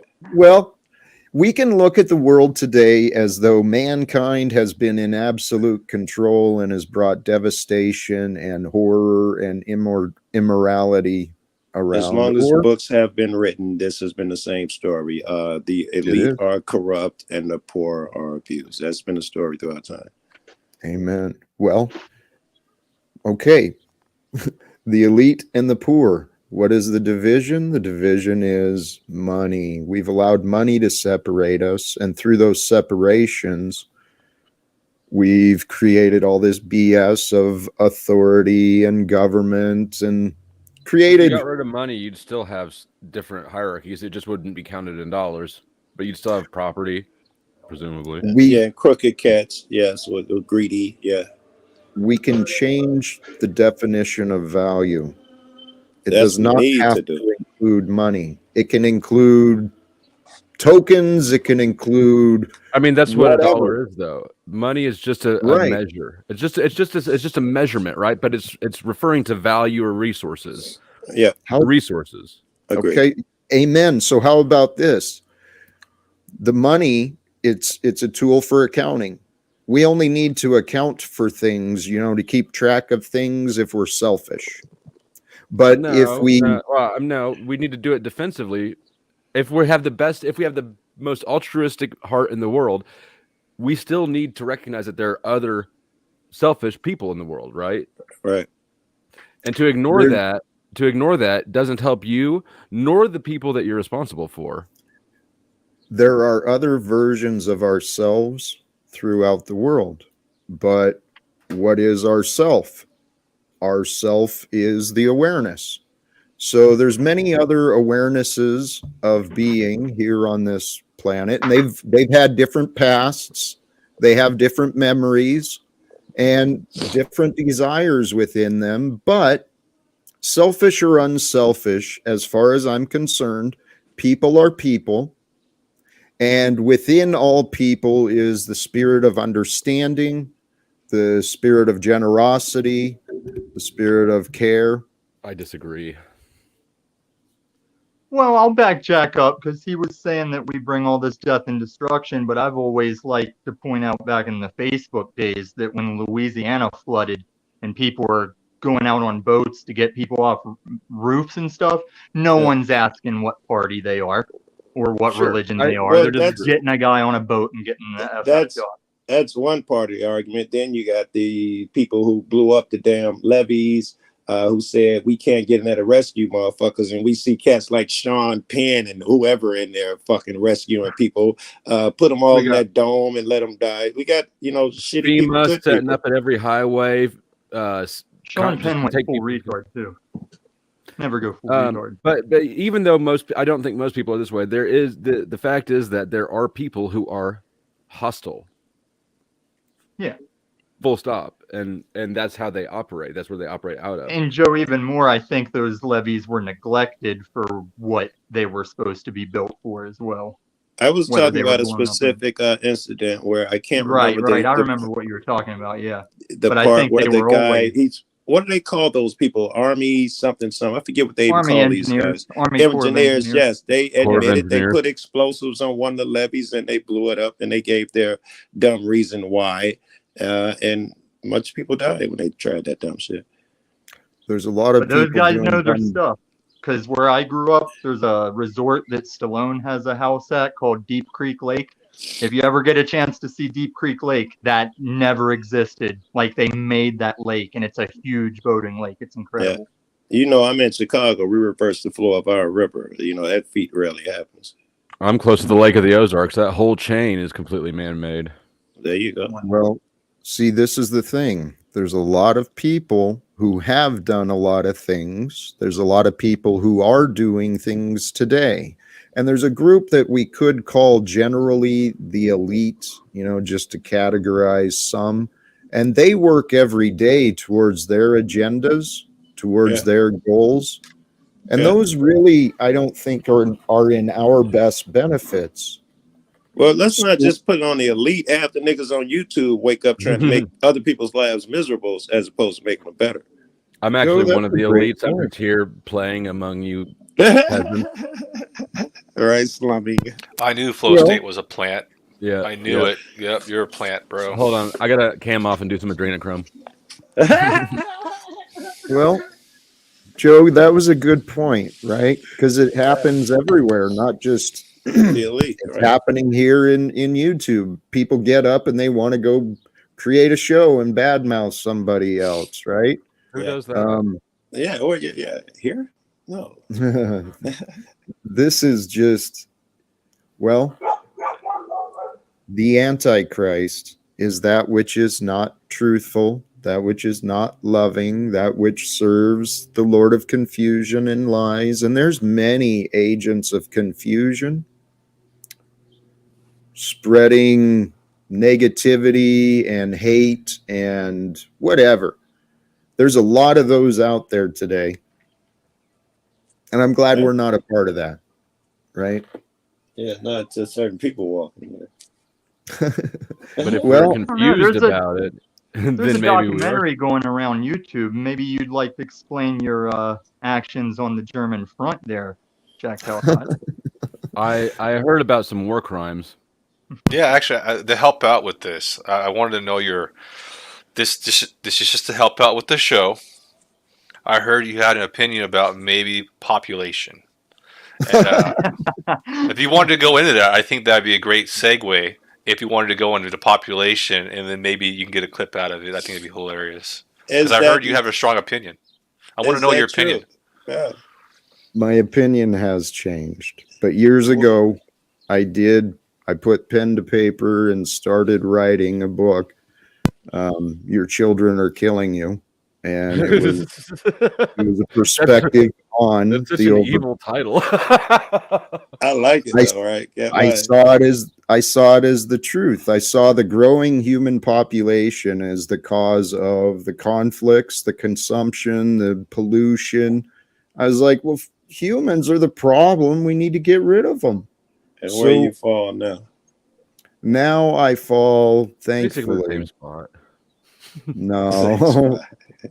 People challenge my faith, but my answer is today I have faith in God, that this is God's What do you plan. follow population? Keep going. Yeah, don't give me. If that's where God leads me to go, I will joyfully reduce the population of humanity. But I just took another W. think- Jack in the I future, think- get on the train. I actually think, I swear, I don't. Ending wars by murdering all your enemies. I see That's the right. plan. We gotta end No. all wars. No, like Abraham Lincoln, man. Go to war. If I make an enemy a friend, when we make an enemy a friend, there are two enemies eliminated.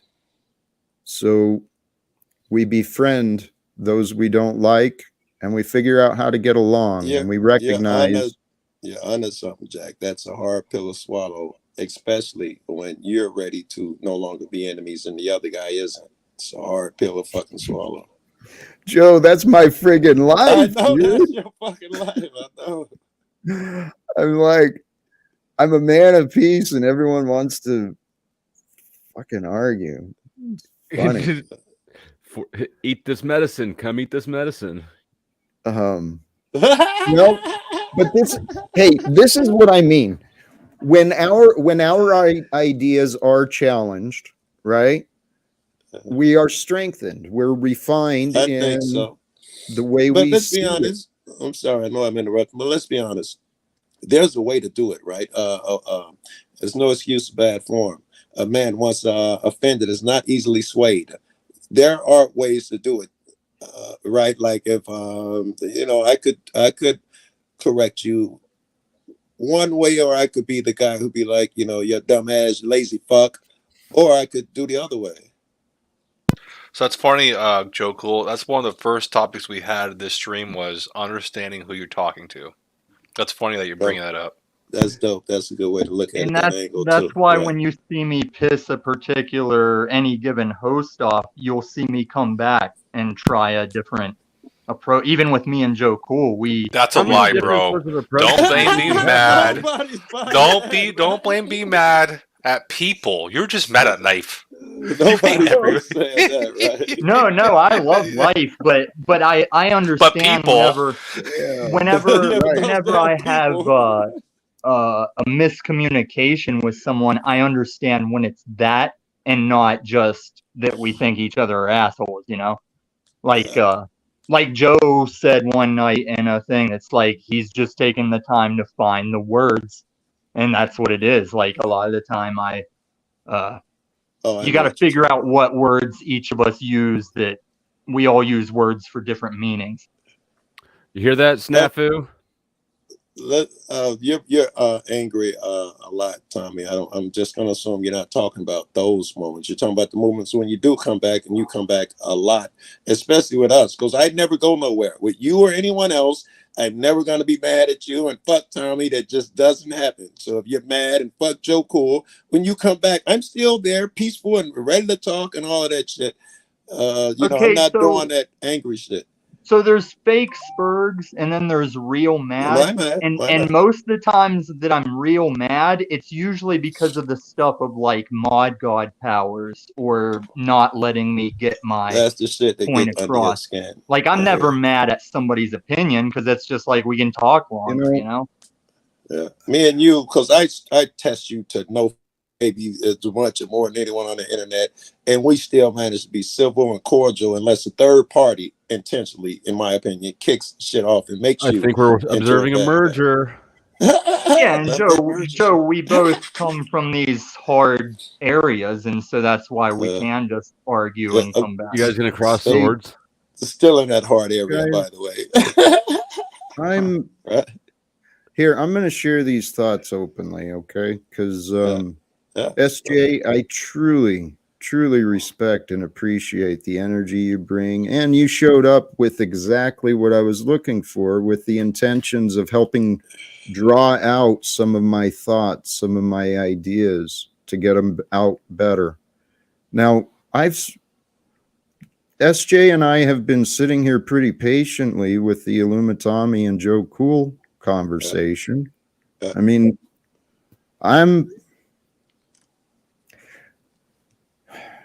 if my ideas are worthy here, I believe my purpose, my destiny may be, I don't know. My goal is to try and end wars somehow through the method of ending legal secrets.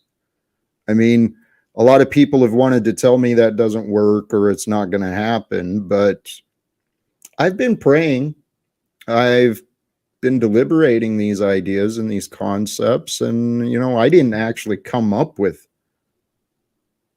I just came up with a path. I came up with the idea of, hey, let's take this knowledge to the citizens who are employed in the Senate and Congress, those public servants. This is why I fucking become an asshole and I interrupt. I even muted my mic to make sure I didn't talk. But here, when you say, I came up with these ideas and said, let's take them to Congress. I believe, and this is how arguments start between even me and you, I believe those ideas are, we need to be peaceful and loving and know God. This is nothing they haven't heard before. Sorry. Don't simplify it by that then, because you're right. But Congress and the Senate are the ones I'm saying are in the pockets, so that the Right. Fed is in their pocket. Right. No dispute. Yep, there's lots of reasons to believe and make excuses, but you know what? Let's see. No, I don't think it's an for excuse. sure, Tommy. The time for waiting for others has ended. Right, I am I'm saying, sick and tired of hearing excuses of why we think the world shouldn't change, can't change. no, let me or won't reword it, Jack. change. I'm just saying that the direct approach to Congress and Senate might not be the strategy you want because they're already technically who's effing us, you know? Send them to I the just work want to camp. say I'm completely fucking sick and tired of the disrespect here. I've been watching for 20 minutes and I've heard little to no narrative from Jack Talcott because everyone else here has been too busy just fucking yapping. I Yap, keep yap, interrupting and yap. jumping on them, bro. I keep interrupting and holding them to the flame and dragging them back around. That's kind of what I do. Hey, No. Paul. Unslaved. Hey, Paul. What's going on, Jack? It's Paul, Jack you were too. killing on your channel. I was Because whenever I over think SJ, Jack SJ. freely speaking, Paul Unslaved is the first thing that comes to my mind. Is like that's where Jack has the open platform to speak his mind. Hey, I turned you down just a touch, Mike. Paul, you're sounding good. Thank you. And I didn't mean to be like a little whiny child. You're not paying attention to me. I didn't mean to do that again, but guys, I really wasn't even going to stream today. I just had some ideas that I wanted to get out. And then I don't know, everything just happens. But hey, okay, Tom just presented the idea that, you know, maybe the people in government are too in bed and not incentivized to listen. Well, I like it. That's probably true. Okay. At this current point in time, that's probably a fact. But I don't care. If the purpose is to end wars and to change the future direction of humanity, I think that is a tool that we've got to at least try to use. And you know what? I see a way in. I really do. There's elected officials who claim to care about workers. There's elected officials who claim to care about social issues. And actually, I can even present the arguments from a fiscal perspective as well. The fact doesn't all of these arguments I'm asking require numbers then, because politicians only respect a bunch of people coming in and telling them about the fiscal problems and so on. So one motherfucker they've learned to ignore endlessly. You know, that's an interesting point. You're to some degree, you're right. Numbers and data are important, but myself, no, I've not spent and gone and collected the data and put together the studies. I know they're easily available. I thought it might be easier to talk to some of the doctors I've been learning from rather than the politicians, but I haven't spoken to any of them. I think you misunderstood me. When I said numbers, I meant numbers of people. If you come in there with 1,000 people, they listen. If you come there alone, they do not. That's what I was trying to say. Oh, please. Yes. Forgive me. Now I get you. I don't know. Numbers would definitely help get the attention and would help create the invitation. But it doesn't necessarily take numbers. And I understand too. We agree, numbers Jack, backing you, saying I'm here talking on behalf of this many people or speaking on behalf of this group. My purpose is to create an opportunity to speak on behalf of the truth. Okay, and the truth is this economic and government systems that we were born into that is still currently thriving. It is responsible for the murders and oppression and miseducation of humanity, you know, and praise God, if God's going to allow us to live, I think we should create a better world for the future. And the citizens and government, they know the people, they know the connections to like Putin and his people to, you know, maybe call off the armies and shit. So if we like the idea, then why should we follow Jack? Why should we get on Jack's ship and think this is the best way forward? Oh no. Well, hold on. That's not Jack, unfair. Stop it. How would you feel about wars if it was no longer human life? What if it's just like $1 million robots blowing Like each other up? breakdancing? Because the real war is moving into this information. Like the war is for our minds at this point, you know? We are in a spiritual battle that's being conducted in the minds and physical realm. The poisons. Yeah, good. Yeah. Hey, Jack, my producer's here. I see that. But I'll just That's leave funny. it simplified. Like, would you not oppose war as much if it was just rock'em sock'em robots, like in a field? Tom, it would be it would be a waste of resources. Waste of resources, energy, manpower, creating the items just for the fun of destruction. Why? For what? And What I purpose? think Jack, I that's want to ask I you think something. that's what would make the elites say war is futile rather than how cheap it is to have our brothers go and spill their blood. But once they're destroying multi-million-dollar robots, they're like, what have we been doing? This is crazy. They destroy multi-million-dollar tanks. Fuck, they give about a robot. Yeah, no, they love that Jack, shit because it Tommy, you creates shouldn't demand worry for about more. the robots. You should worry about your meth. What are they going to do when they run out of meth and drugs? That is true. What Jack, you I worry got a about, couple Tommy? questions What the? for you, Jack. I see it's about to go haywire. I see if we What can the hold on to it hell? for a second. I got a couple questions for you. Actually, there's one, but we're gonna have to be quiet to let you answer them. It's about what Flo said. He asked why get on Jack's train. I can come up with reasons. My first thought was why get on Paul's train. I could come up with reasons.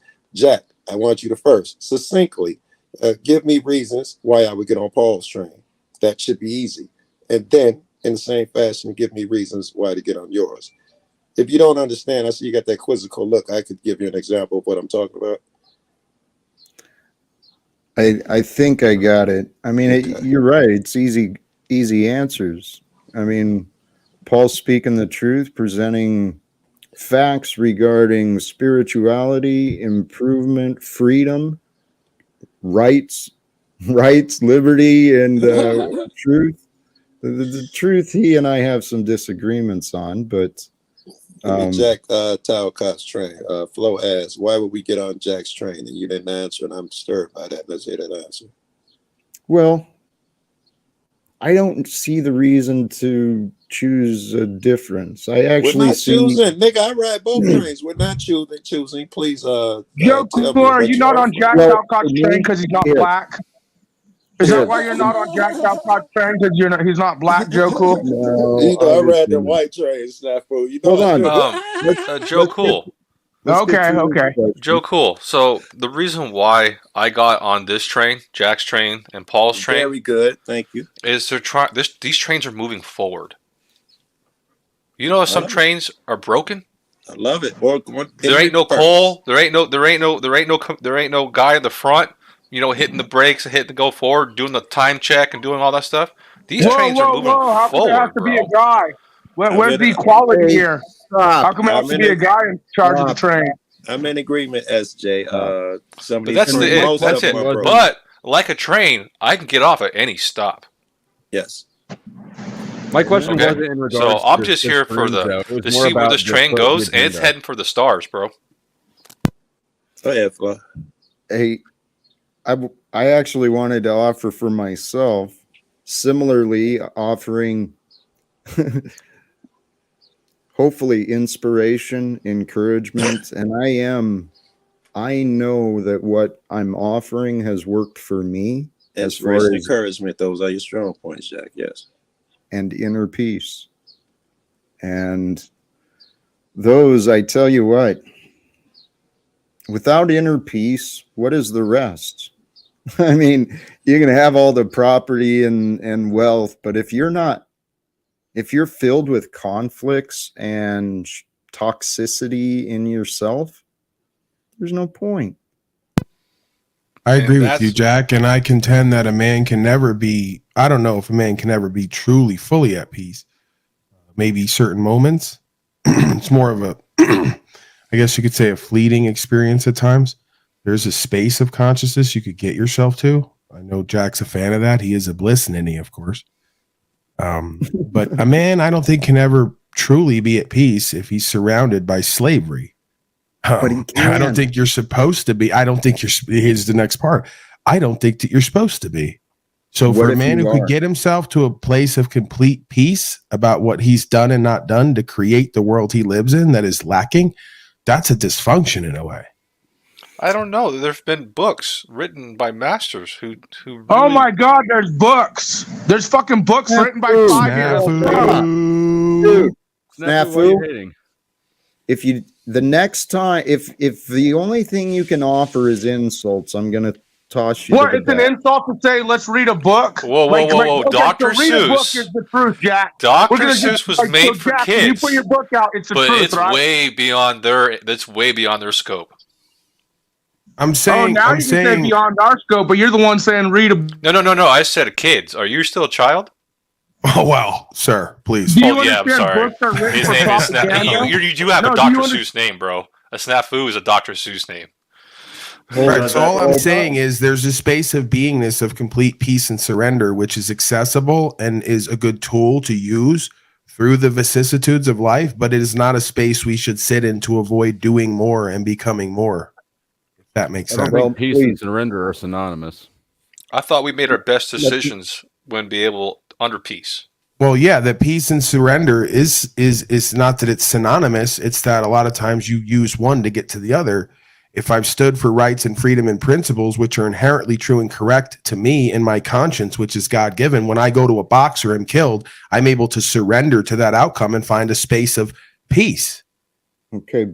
Yes. However, we can only experience anything in the now. And peace, there's peace right now. Even though the world is filled with wars and conflict and injustices and injuries, it's all happening, but it doesn't affect our peace right now. Paul. And Oh, sorry. I agree Go with ahead, you, Jack. but Sorry, somebody's I also interrupted. bringing forth truths, and I'd like to hear from Mr. Simple Jack here, as opposed to the complicated Jack. Hey guys, So- I gotta step out. I have something interrupting my immediate peace in my area, so I'll catch you guys later. All right, Tom. Peace. God bless, Tom. So again, peace is always available, as the Talcottian one will proclaim. The question is it always the best modality for change and growth? And I suspect no. Controversy is.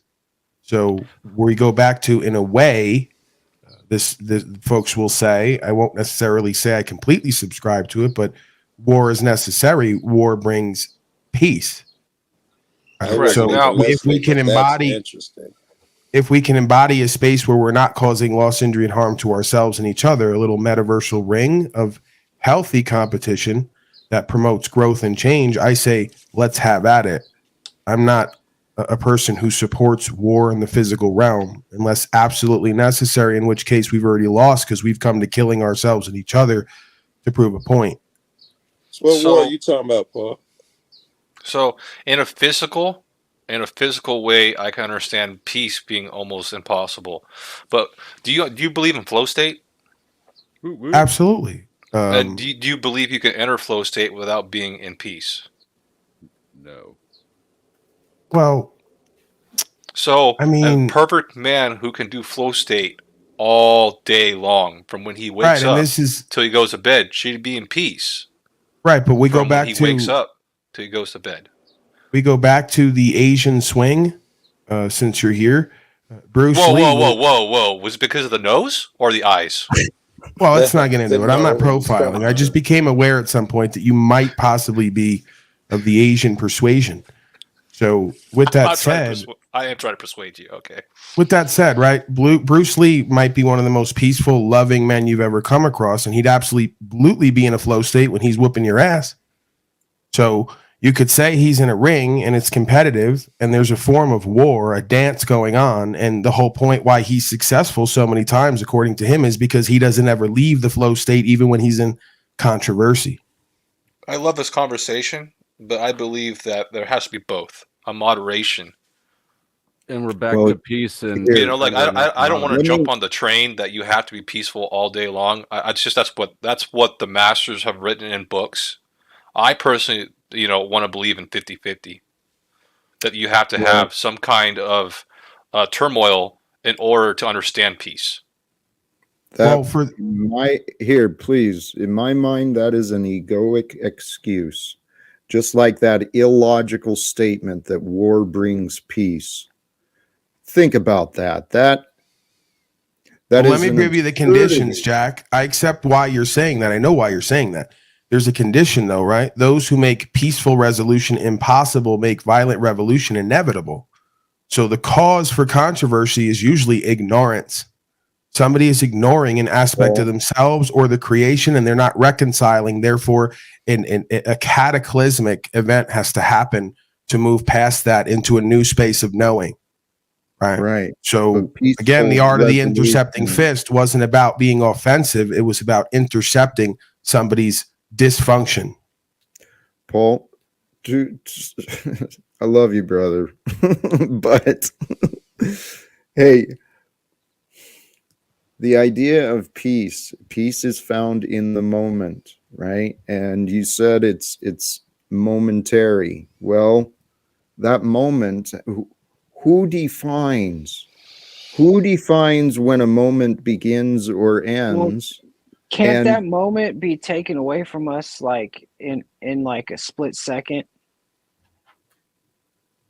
If you allow your peace to be disturbed, yes, the peace is interrupted. But that's the whole point, is peace is available for us. Our natural state of being as individuals is at peace. It's our mind, our egoic mind, that crosses through our awareness. And remember, our awareness is who we are. But just because thoughts come through, this was a thought I had earlier. Knowledge is power. Thoughts are a force. They are a movement. And, just because there's movement, just because there's power, doesn't mean it has to move you. So our natural state of being is one of peace. We are,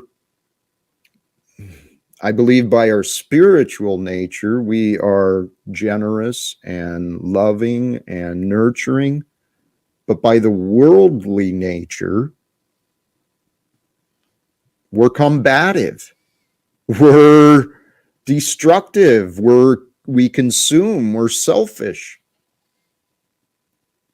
We are here to make peace become Hey, Jack, real. Can I ask a question? So, what about like how tribes used to fight? Like the young men would fight and wrestle around, and then you look at the other young men that don't do that. The physique on certain ones. Like I don't know, man. I think that we're missing something here as people. Like we're not living up to our full potential. Yeah, there's a practicality for physicality, right? You want to root everything in the metaphysical. We may be a spiritual being with pure conscious and awareness that is at peace with its natural state. And then there's a incarnation, right? A body that takes on a whole bunch of chemical reactions to generate an experience. So would you rather generate an experience and serve a function in the world while not being of it? Because again, there's a reason why there's healthy, as Moose says, quote unquote, egoic competitions. We have to establish who's the strongest, who's the fastest, who's the most physically able. I'm saying we don't have to, but we all do it automatically. You're going to tell me when we come on a panel, we don't automatically subconsciously size each other up on some level. I've seen everyone do it directly. Paul, come on, Jack. Paul, damn well there's an inherent animal aspect to self where we, as you say, egoically judge for survival reasons, whether it be gender, color, ethnicity, size. We inherently do that, and there's a function for that. We don't have to be at war with ourselves. We could just direct that. Paul, I call that confusion when we allow it to control us, when we allow our beliefs of sizing up the competition and making sure it's not about the competition. It's about better. It's not. It's not about the competition. The competition goes from being healthy competitors to allies like that. You've seen it on these platforms. When I establish who my competition is going to be, I don't compete to destroy. I compete to figure out how we're going to work together in the long term, and if we can hold that position. Paul, as long as you want to be right, you're never going to understand me. You're going to find fucking disagreements and reasons why. Well, how do you know I'm you're wrong. not doing that? I'm just proposing the alternative or the complementary aspect of the beingness I see with what you're putting forth. The difference, well, to me, the difference is quite clear.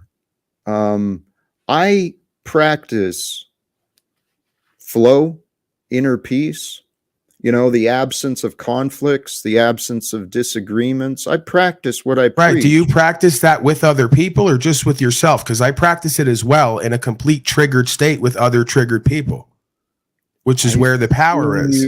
Yes. The ego is that which gets triggered. Admittedly, yes. You have helped me find a few triggers that I didn't know I still had in there, but I'm getting past all that crap. Right? Right. So if it triggers- wasn't for the healthy competition and the accounting and the scoreboard, we wouldn't be able to go past our fears and our triggers and gain more power over ourselves and be in a flow state, even when in controversy.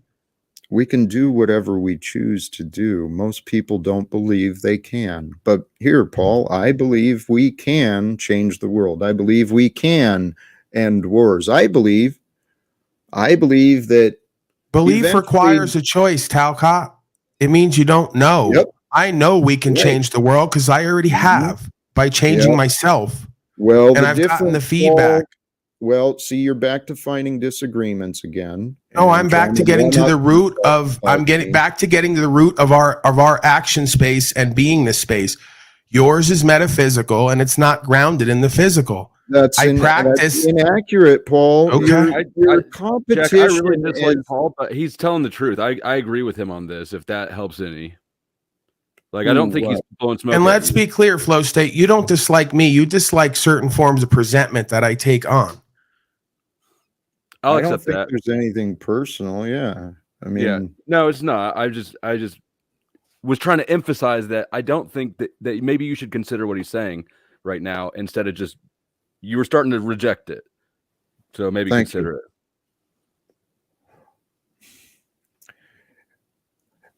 The ego, Paul, your ego has been, it's the one that believes that competition is necessary. There's a time for competition. But Paul, I'm telling you, dude, when we stop fighting with the world and everyone around us, holy shit, man, you find so much more time in your day because you're not recovering from the arguments or remembering the arguments. I don't do I any of love that, you, man, Talcott. I don't do that, man. I don't go through my day picking fights and arguments. I address issues that come up that need to be remedied, as we all should. We are men. We're supposed to be problem solvers, supposed to be leaders and co-creators.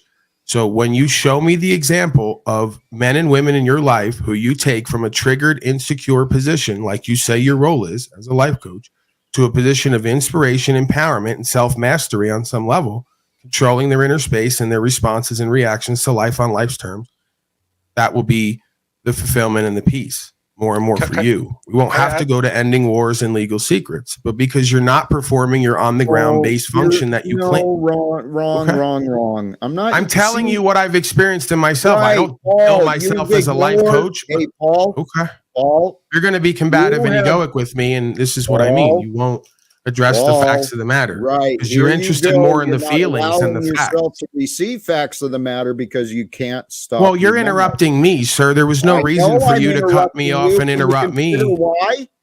I don't need to. Why is Jack interrupting me? You Normally, said that. he is pretty patient. I'm not interested in normally. You're triggered. That's why. No. Now here we go. I Now, interrupted okay, no. because you were presenting a false narrative, and I'm tired of having my time spent listening to other people's bullshit descriptions of me. Right. Okay? But again, if you're tired of that, hey, Paul, are you tired of that? Or are you tired of your reaction to that? I am tired. You know what? Where it's not my reaction, I wouldn't be subjected to it if it wasn't for the company that keeps showing up in my life. And you know, my finger is, I'm ready to push. I'm ready to.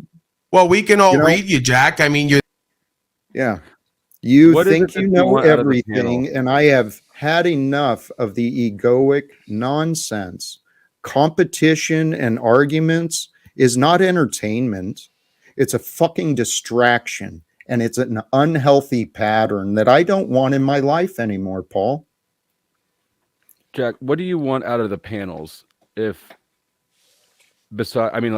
you don't agree with conflict, I agree with Paul on this. I think iron sharpens iron, and this is how things are refined, whether it's diamonds in nature or whatever. All of nature is full of violence. What is it that you want out of the panel? Because it doesn't seem to be disagreement, or even if it's constructively intended. I'm sorry if you think I don't want disagreement. Well, actually, I suppose that is true. The reason I'm not looking for disagreement is because when I say these conclusions, I'm able to present my case in many different ways. Now, what happens is your question, what do I want on these panels? I want orderly conversation. I thought SJ and I thought it started out beautifully. I took hopes, and when you showed up that you'd come in, and then I kept pushing my luck, adding more people into the conversation. So what do I want? I want healthy dialogue, because I'm sick of being characterized as a man who gets triggered all the time or doesn't accept disagreements. I am very, very reasonable. You present me facts. You present me facts that say, Jack, did you consider this?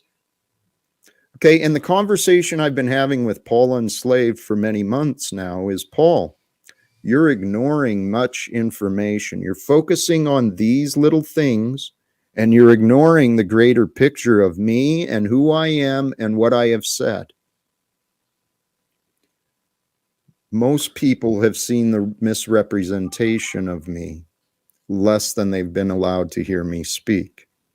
Thank you, Flo. I guess so. To me, I believe that this is what Paul was trying to say, or maybe I'm just projecting my thoughts onto him. But it appears that when you say that there doesn't have to be conflict or competition, it seems like you're rejecting mentally a big part of reality, which is violent and combative. If you're ignoring half of existence, how can you be managing it, right? Like, that's what integrating the shadow is. You have to be familiar with your dark side to be able to control it. Right. I don't. All right. So, sorry. I haven't spoken in a while, and I've been hearing this conversation just go in circles and circles and circles. So, it was funny. I was listening to the conversation, and this is just to bring up an example. So the other day, I was listening to a morning show Paul had, right? And what he was referencing, well, he was using a reference from a book. I believe it was the Seven Rings or whatever it was. And they were saying there's three masters in the world. One was mastering the sword, one was mastering the arrow, and one was, mastering his mind. When it came down to, the guy who mastered his mind defeated the guy who mastered the sword and mastered the arrow. Paul's stuck in the physical sense. You know what I mean? Like, hey, competition physically. Well, Jack is using his mind to conquer the world. You know what I mean? Like, for example, a boss doesn't do all the labor, bro, of the company. He runs it with his mind and communicating to his workers on what to do. You don't have to participate in physical competition. You can go sharpen your mind and conquer 10,000 people with the right words. Or you can go fight one-on-one and maybe 28 guys later survive. I guess I don't understand how that's relevant to, what's that have to do with acknowledging the competition, right? Because that's both a physical and a psychological state. Well, right, but what he's failing to understand is he's rooting me in the physical when I couldn't do what I do physically if I didn't conquer my mentality on some level. You have not. You've conquered Why are you cutting me off and getting angry? I'm reluctant to even bring you back, and you're being watched. You want to bring in this negative, combative energy, your ass is gone. That's why I interrupted you. So you see how What are you bringing? So I'm presenting right now as negative and combative. You're not. Well, You're you guys have a interrupting me, good- cutting me off, throwing me out, taking power over me for just speaking what I'm perceiving. And you're the one who's mastered your mind, and I'm physically rooted. You can't that keep your still- hand off that damn button. Is that still happening? Or are you still? It's been happening for months. I don't even know what this Hey, simple Paul, Jack is speaking about. let's He's shown come no to- evidence of self-mastery in come any to now. on any level. Come other to than now. you guys have a nice day. It was a great conversation, and Jack, I appreciate your time. Paul, I appreciate your time, and Flow State, I appreciate your time. But I'm going to go ahead and go eat some dinner. It was a great show, Jack. Take care. Right. And So you're going to build completely your exit the community. conversation right where the accountability comes in. How fascinating. No, I want to build a community, and I can see those that you guys aren't doing that. SJ, thank you for joining the panel. Your conversation is absolutely welcome at any time. And you know, if Paul doesn't change, he will not be welcome back here. So Right. So now I have to change who and what I am to be welcome in your house. That's fascinating. Tell me more about your non-narcissism. You don't have to change, but I have to change in order to be welcome here. Amazing. do you not understand what I'm asking you to Do you think change? it's fascinating that everyone in your life has required the same thing from you or isn't in your life? And you've Hey- not even thought about considering it? Hey, But that's Paul, the you're condition you have for everyone else. Paul, you're deflecting with your manipulation. You jump into accusations again, trying to take control. Yeah, no, We I'm were going to deflecting results. I'm going to results. You created I don't know why you're fucking confused, but you started in a state of confusion, saying, "So I have to change in order to stay here, in order to be Wait, here." you I didn't have just to see change?" you didn't just see that Goodbye, guy. Paul. Goodbye, Paul. Have a good night. Fuck, oh dear, man. Fuck oh Um, dear. It's a 33-year-old, 12-year-old, you know? I'm sorry you didn't get hugs from your mother, Paul. I'm sorry you didn't learn how to accept others for who they are. I'm sorry you were taught that you had to argue your way into gaining respect.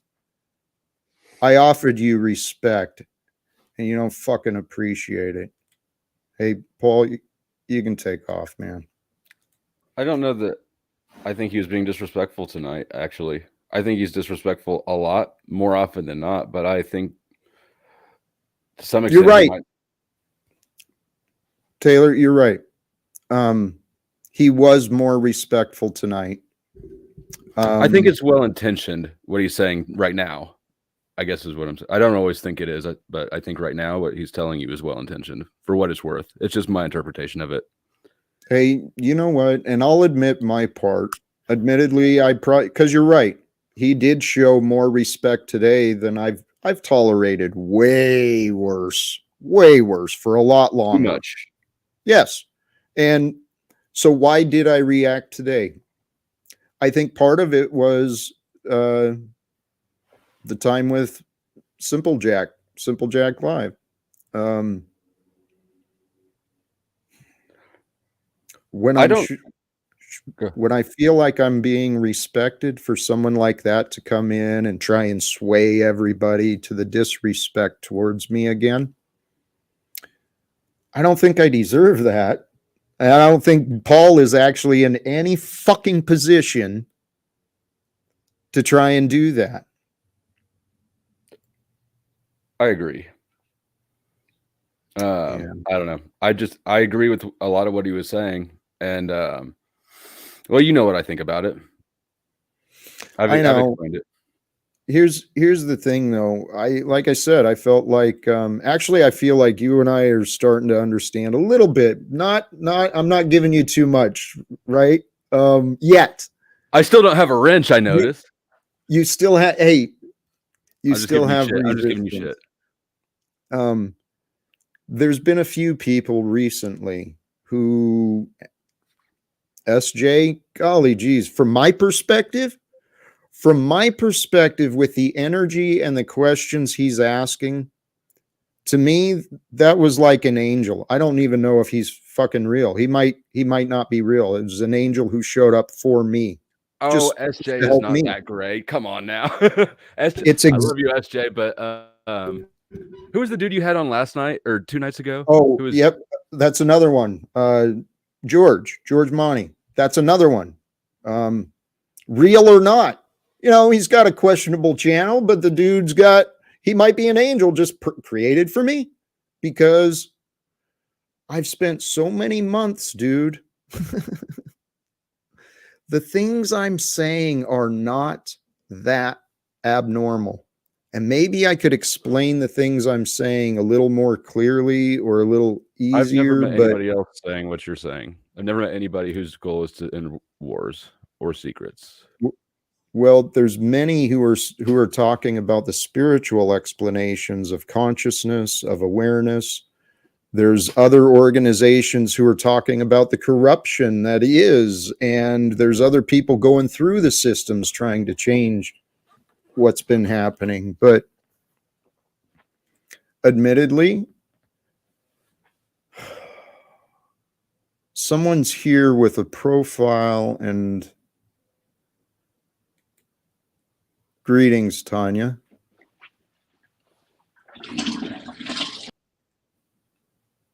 Did you have them cam on real quick before pulling them up? No, That I might didn't. be a good precaution. But why? Why? I'm pretty sure I mean, I have a good idea of who that might have been. It had my name. So that Tanya? Her no, name's Tanya?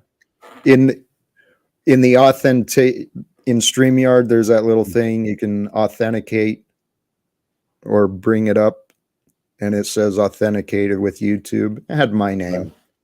So it's Is someone mine being. authenticated? Oh, so it's the moose. That's who I suspect. That shiesty fucker. Yeah. Oh, you know what? That would make perfect sense. Paul's probably over on his panel, maybe restreaming, but certainly bitching and whining, throwing a temper tantrum about me. And so then Moose sees the opportunity. Ooh, here I can go please daddy. I can please daddy by being an asshat to Jack. Well, I mean, there's an opportunity for Paul to self-reflect from this, because he's trying to show you what he thinks is a truth that you're not seeing. But ultimately, he's also everybody's responsible for how they're being received to a large extent, right? So if your message is not being, or if his message is not being received by you, what did he do to get himself in that situation? You know what I mean? I don't think Paul reflects. But you do, and so you understand where I could draw the analogy if I was going to try to push your buttons. Well, here, if you want to press me, I mean, I can answer my choices. I can explain every one of my choices without blaming others. So I don't think Paul can. He can't blame others for his incessant negativity, talking over, denial. I mean, he's an absolute. One of these days, I've never actually spent the time because I guess maybe I got to stop resisting. Maybe I am a YouTuber at this time. Fuck. Well, It's cringy, isn't it? I know. I could easily edit out snippets of Paul and just give clear examples of his absolute hypocrisy, how he's a walking contradiction of what he says and what he does. He's constantly describing himself in his accusations and temper tantrums. It's fucking hilarious. I know what you mean. The thing is, though, is I've been trying to figure out, and Paul, I hope you are listening, but maybe someone else will share the intent of the messages. I've been trying to communicate with Paul offline as well, because frankly, I see a grown man with some shadows, right, that haven't been worked through. A man who claims to have found the claims to have done the shadow work, a man who claims to have inner peace and flow, yet spends hours a day publicly gossiping, complaining, and blaming. That's not inner peace. That's not the Christed spirit. That's not wise. It's not productive. It's not healthy. I don't think it's helpful. But apparently it earns him a living.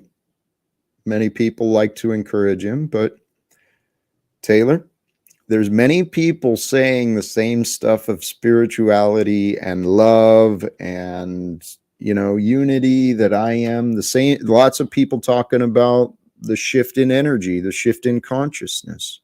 There's many people talking about common law and standing up for our rights. These are the things I'm talking about. I don't know why everyone wants to, I mean, regardless about the future, can we end wars or not? You don't have to fucking insult me and disrespect me when I'm on here trying to inspire and encourage other people to do more. Well, it's a form of escapism when people do that. It is. But You're right. if your message isn't getting communicated properly, why is that? Is it the wrong avenue? Is it how you're communicating it? But if the whole world smells like shit, you probably have something in your mustache. It's probably not that, you know, everybody else stinks. Flo, I understand that, but here's where I'm at. Okay, so Jack, what if you're wrong? Well, even if I'm wrong, it leaves me in the exact same spot. I spend my day with peace. I spend my day, I've exhausted the ideas that I can pursue on my own. I pursue efforts, everything, and I've got so many goals that I work towards and give attention to every day. But if I'm wrong, I'm still in the same spot. I'm still left without, actually, how am I wrong when I don't have the answers?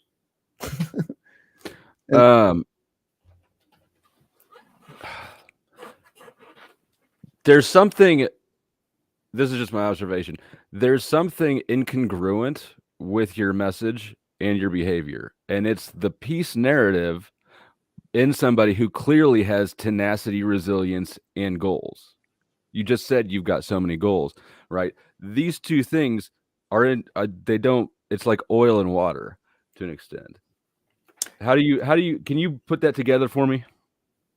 You know what? I do understand. I am, golly geez, as much as I was just pointing out Paul's contradictions, I recognize I do have my own.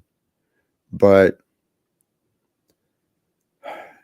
I tell you, this is the thing, if I had one human being, one fucking person, and SJ today, and this is, you know what, today has been a great day. SJ opened the door. If I had one person who spent a day with me to see the world from my eyes, there'd be no doubt about my inner peace, about my gratitude, about my sanity. But people only know this much, and everyone's got a little different piece, and, you know, everyone's got their own lives. They don't spend time really thinking. I think there's a lot of people on here who don't have any life at all. There is. Honestly, I've said it about, well, it is evidence of a social experiment. You know, these panels that are being broadcast, and it's evidence of people. When I discovered Paul's platform, I see Paul as a man who has found himself gifted with opportunities.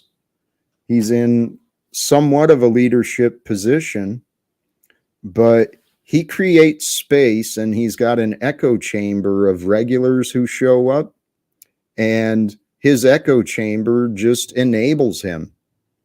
He makes excuses from, I don't want to make the same mistakes I see him making. That's why I'm trying to change the energy of the platform conversations. Well, I think that one thing that he's not open to is people who disagree with him. Correct. And you're more open to that, but I don't know. I have my own. You're right. I'm also resistant, but the way I've seen Paul, he's in his ego as much as he wants to deny it. And I know my ego shows up occasionally too. That's the angry cot. I don't think ego is a bad thing. Like when I hear everybody talking about ego, but it's we all have it. It's what keeps us alive. It lets us know that we're also people who are valuable. You know, I think ego has a great role to play, and it gets shit on. Okay. You're right. It is a tool. It's an instrument. But when the ego is in control, when the ego is in control of the emotions and the mind, it's negative, it's selfish, it's controlling, it's combative. And that's what I see in Paul. It's Paul's truth, Paul's rights, Paul's freedom. He doesn't give a shit about anybody else who's sharing time with him. He wants the freedom and right to behave however the hell he wants, to say whatever he wants, even if it's not true. I've experienced that. So, but you know what? I still hold him with admiration and respect and a lot of gratitude for what has been shared between us. And I'm just at peace with people being who they are. You know, following some guys over here in Europe. This guy is a Dutchman from Netherlands. This guy so enraged because the situation that's happening over here and all over Europe, all over the world is so crazy, so freak. What's going on? People mess up, you know, because you know this situation, the whole situation was planned. They already realized that the hoax, coronavirus, and the you know what I mean. This war that they have spread, on the air. You know, the people is already figure out that it was planned by the international Marxists, by the Freemasons, to build the new world order.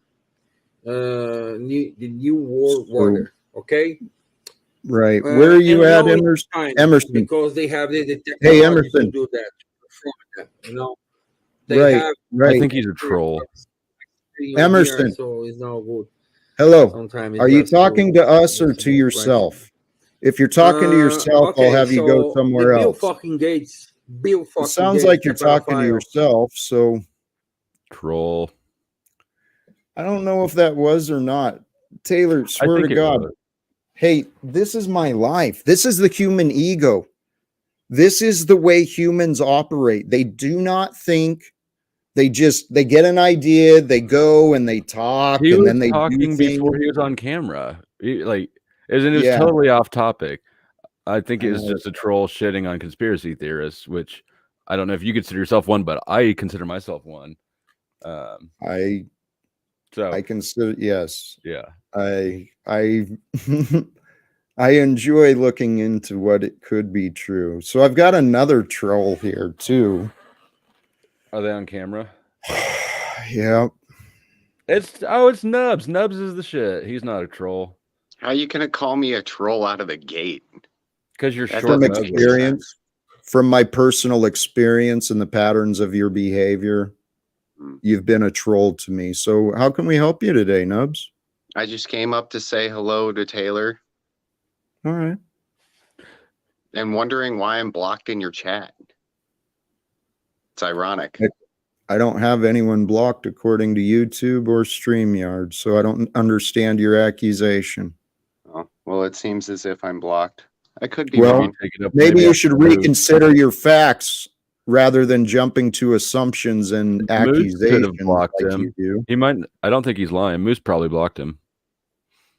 Yeah, I have no real Well reason then, to be lying about well whether then, I'm blocked okay. on your Who chat. cares? Are you blocked or are you not? I know what I I assume. said. You assume. Yes, I assume this Okay, so why because don't you go nobody's check? responding to Why me don't you when I go speak. check? What is your point, Nubs? I haven't seen any of Oh, his here. comments. Are you blocked, Nubs? Are you blocked? Oh, I'm not. You pulled it up. Good for you. Apparently, I was wrong, Jack. And you're not Thank a you for your. troll, are you? You're not a troll, are you? He's not properly a troll. You guys just don't get along, apparently. No, here, Taylor.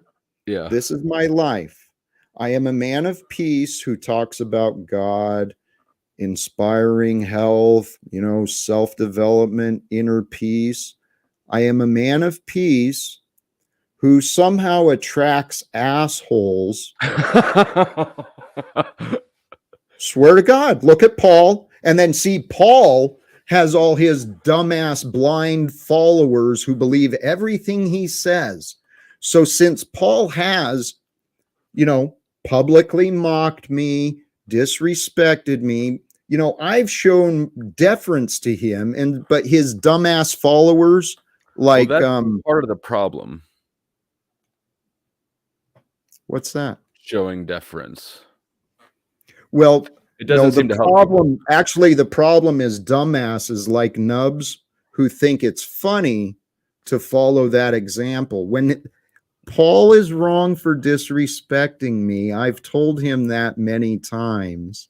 Nubs is wrong for disrespecting me, and the lies and all this crap he's been saying, him and Moose and all of these other fools. Taylor, I'm quite confident that God is using me.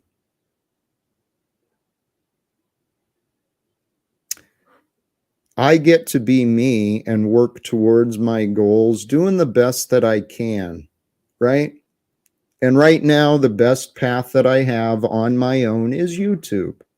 And so I come on YouTube to share the things I find inspiring and helpful with the hopes that maybe others, and I know some others, besides the opinions of Paul and Nubs and these other asshats who want to say I've got wizard, these other angry morons who want to say I've got nothing to offer. I know actually there are people out there who are receiving some encouragement and inspiration. And there's others who receive entertainment from the disrespect of another human being, but can't control for tastes.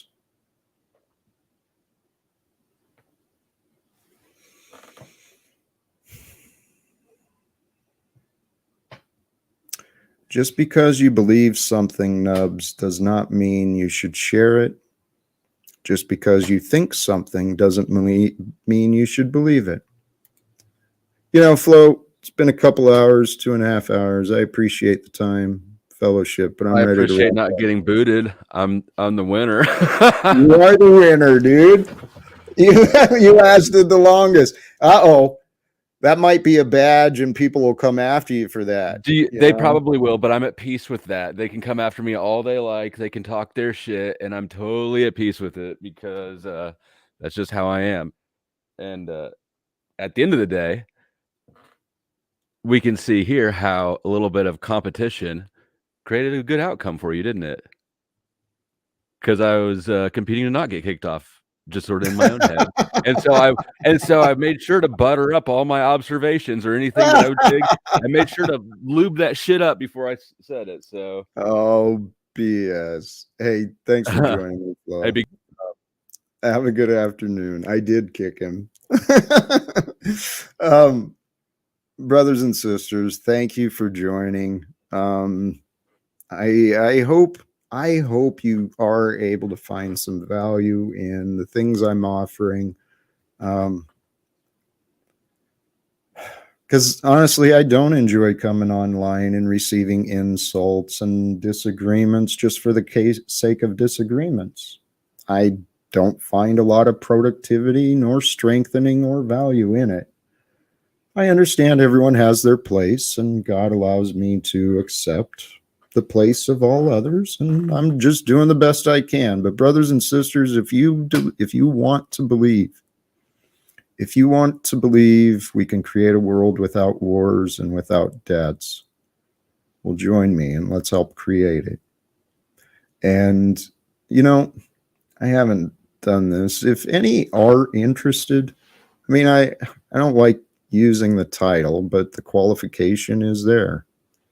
If you resonate with what you're hearing from me, if you'd like a little support, some support getting clarity for what you want, or maybe helping you understand some of the things within you, or if you even have questions about some of the things I'm saying, if you have interest and the desire to know, please reach out to me. I want a better world. I love the world I live. My life, man, my life is like a dream. It's heavenly. I cannot believe how blessed I feel. Feelings matter. Facts don't care about your feelings, but you should. You should honor your feelings and understand your feelings, and let your feelings and your thoughts unite.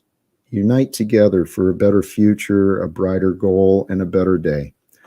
God bless you, brothers and sisters. Thank you again. Do the subscribe thing, please, and choose love. Peace for everyone, and live without fear.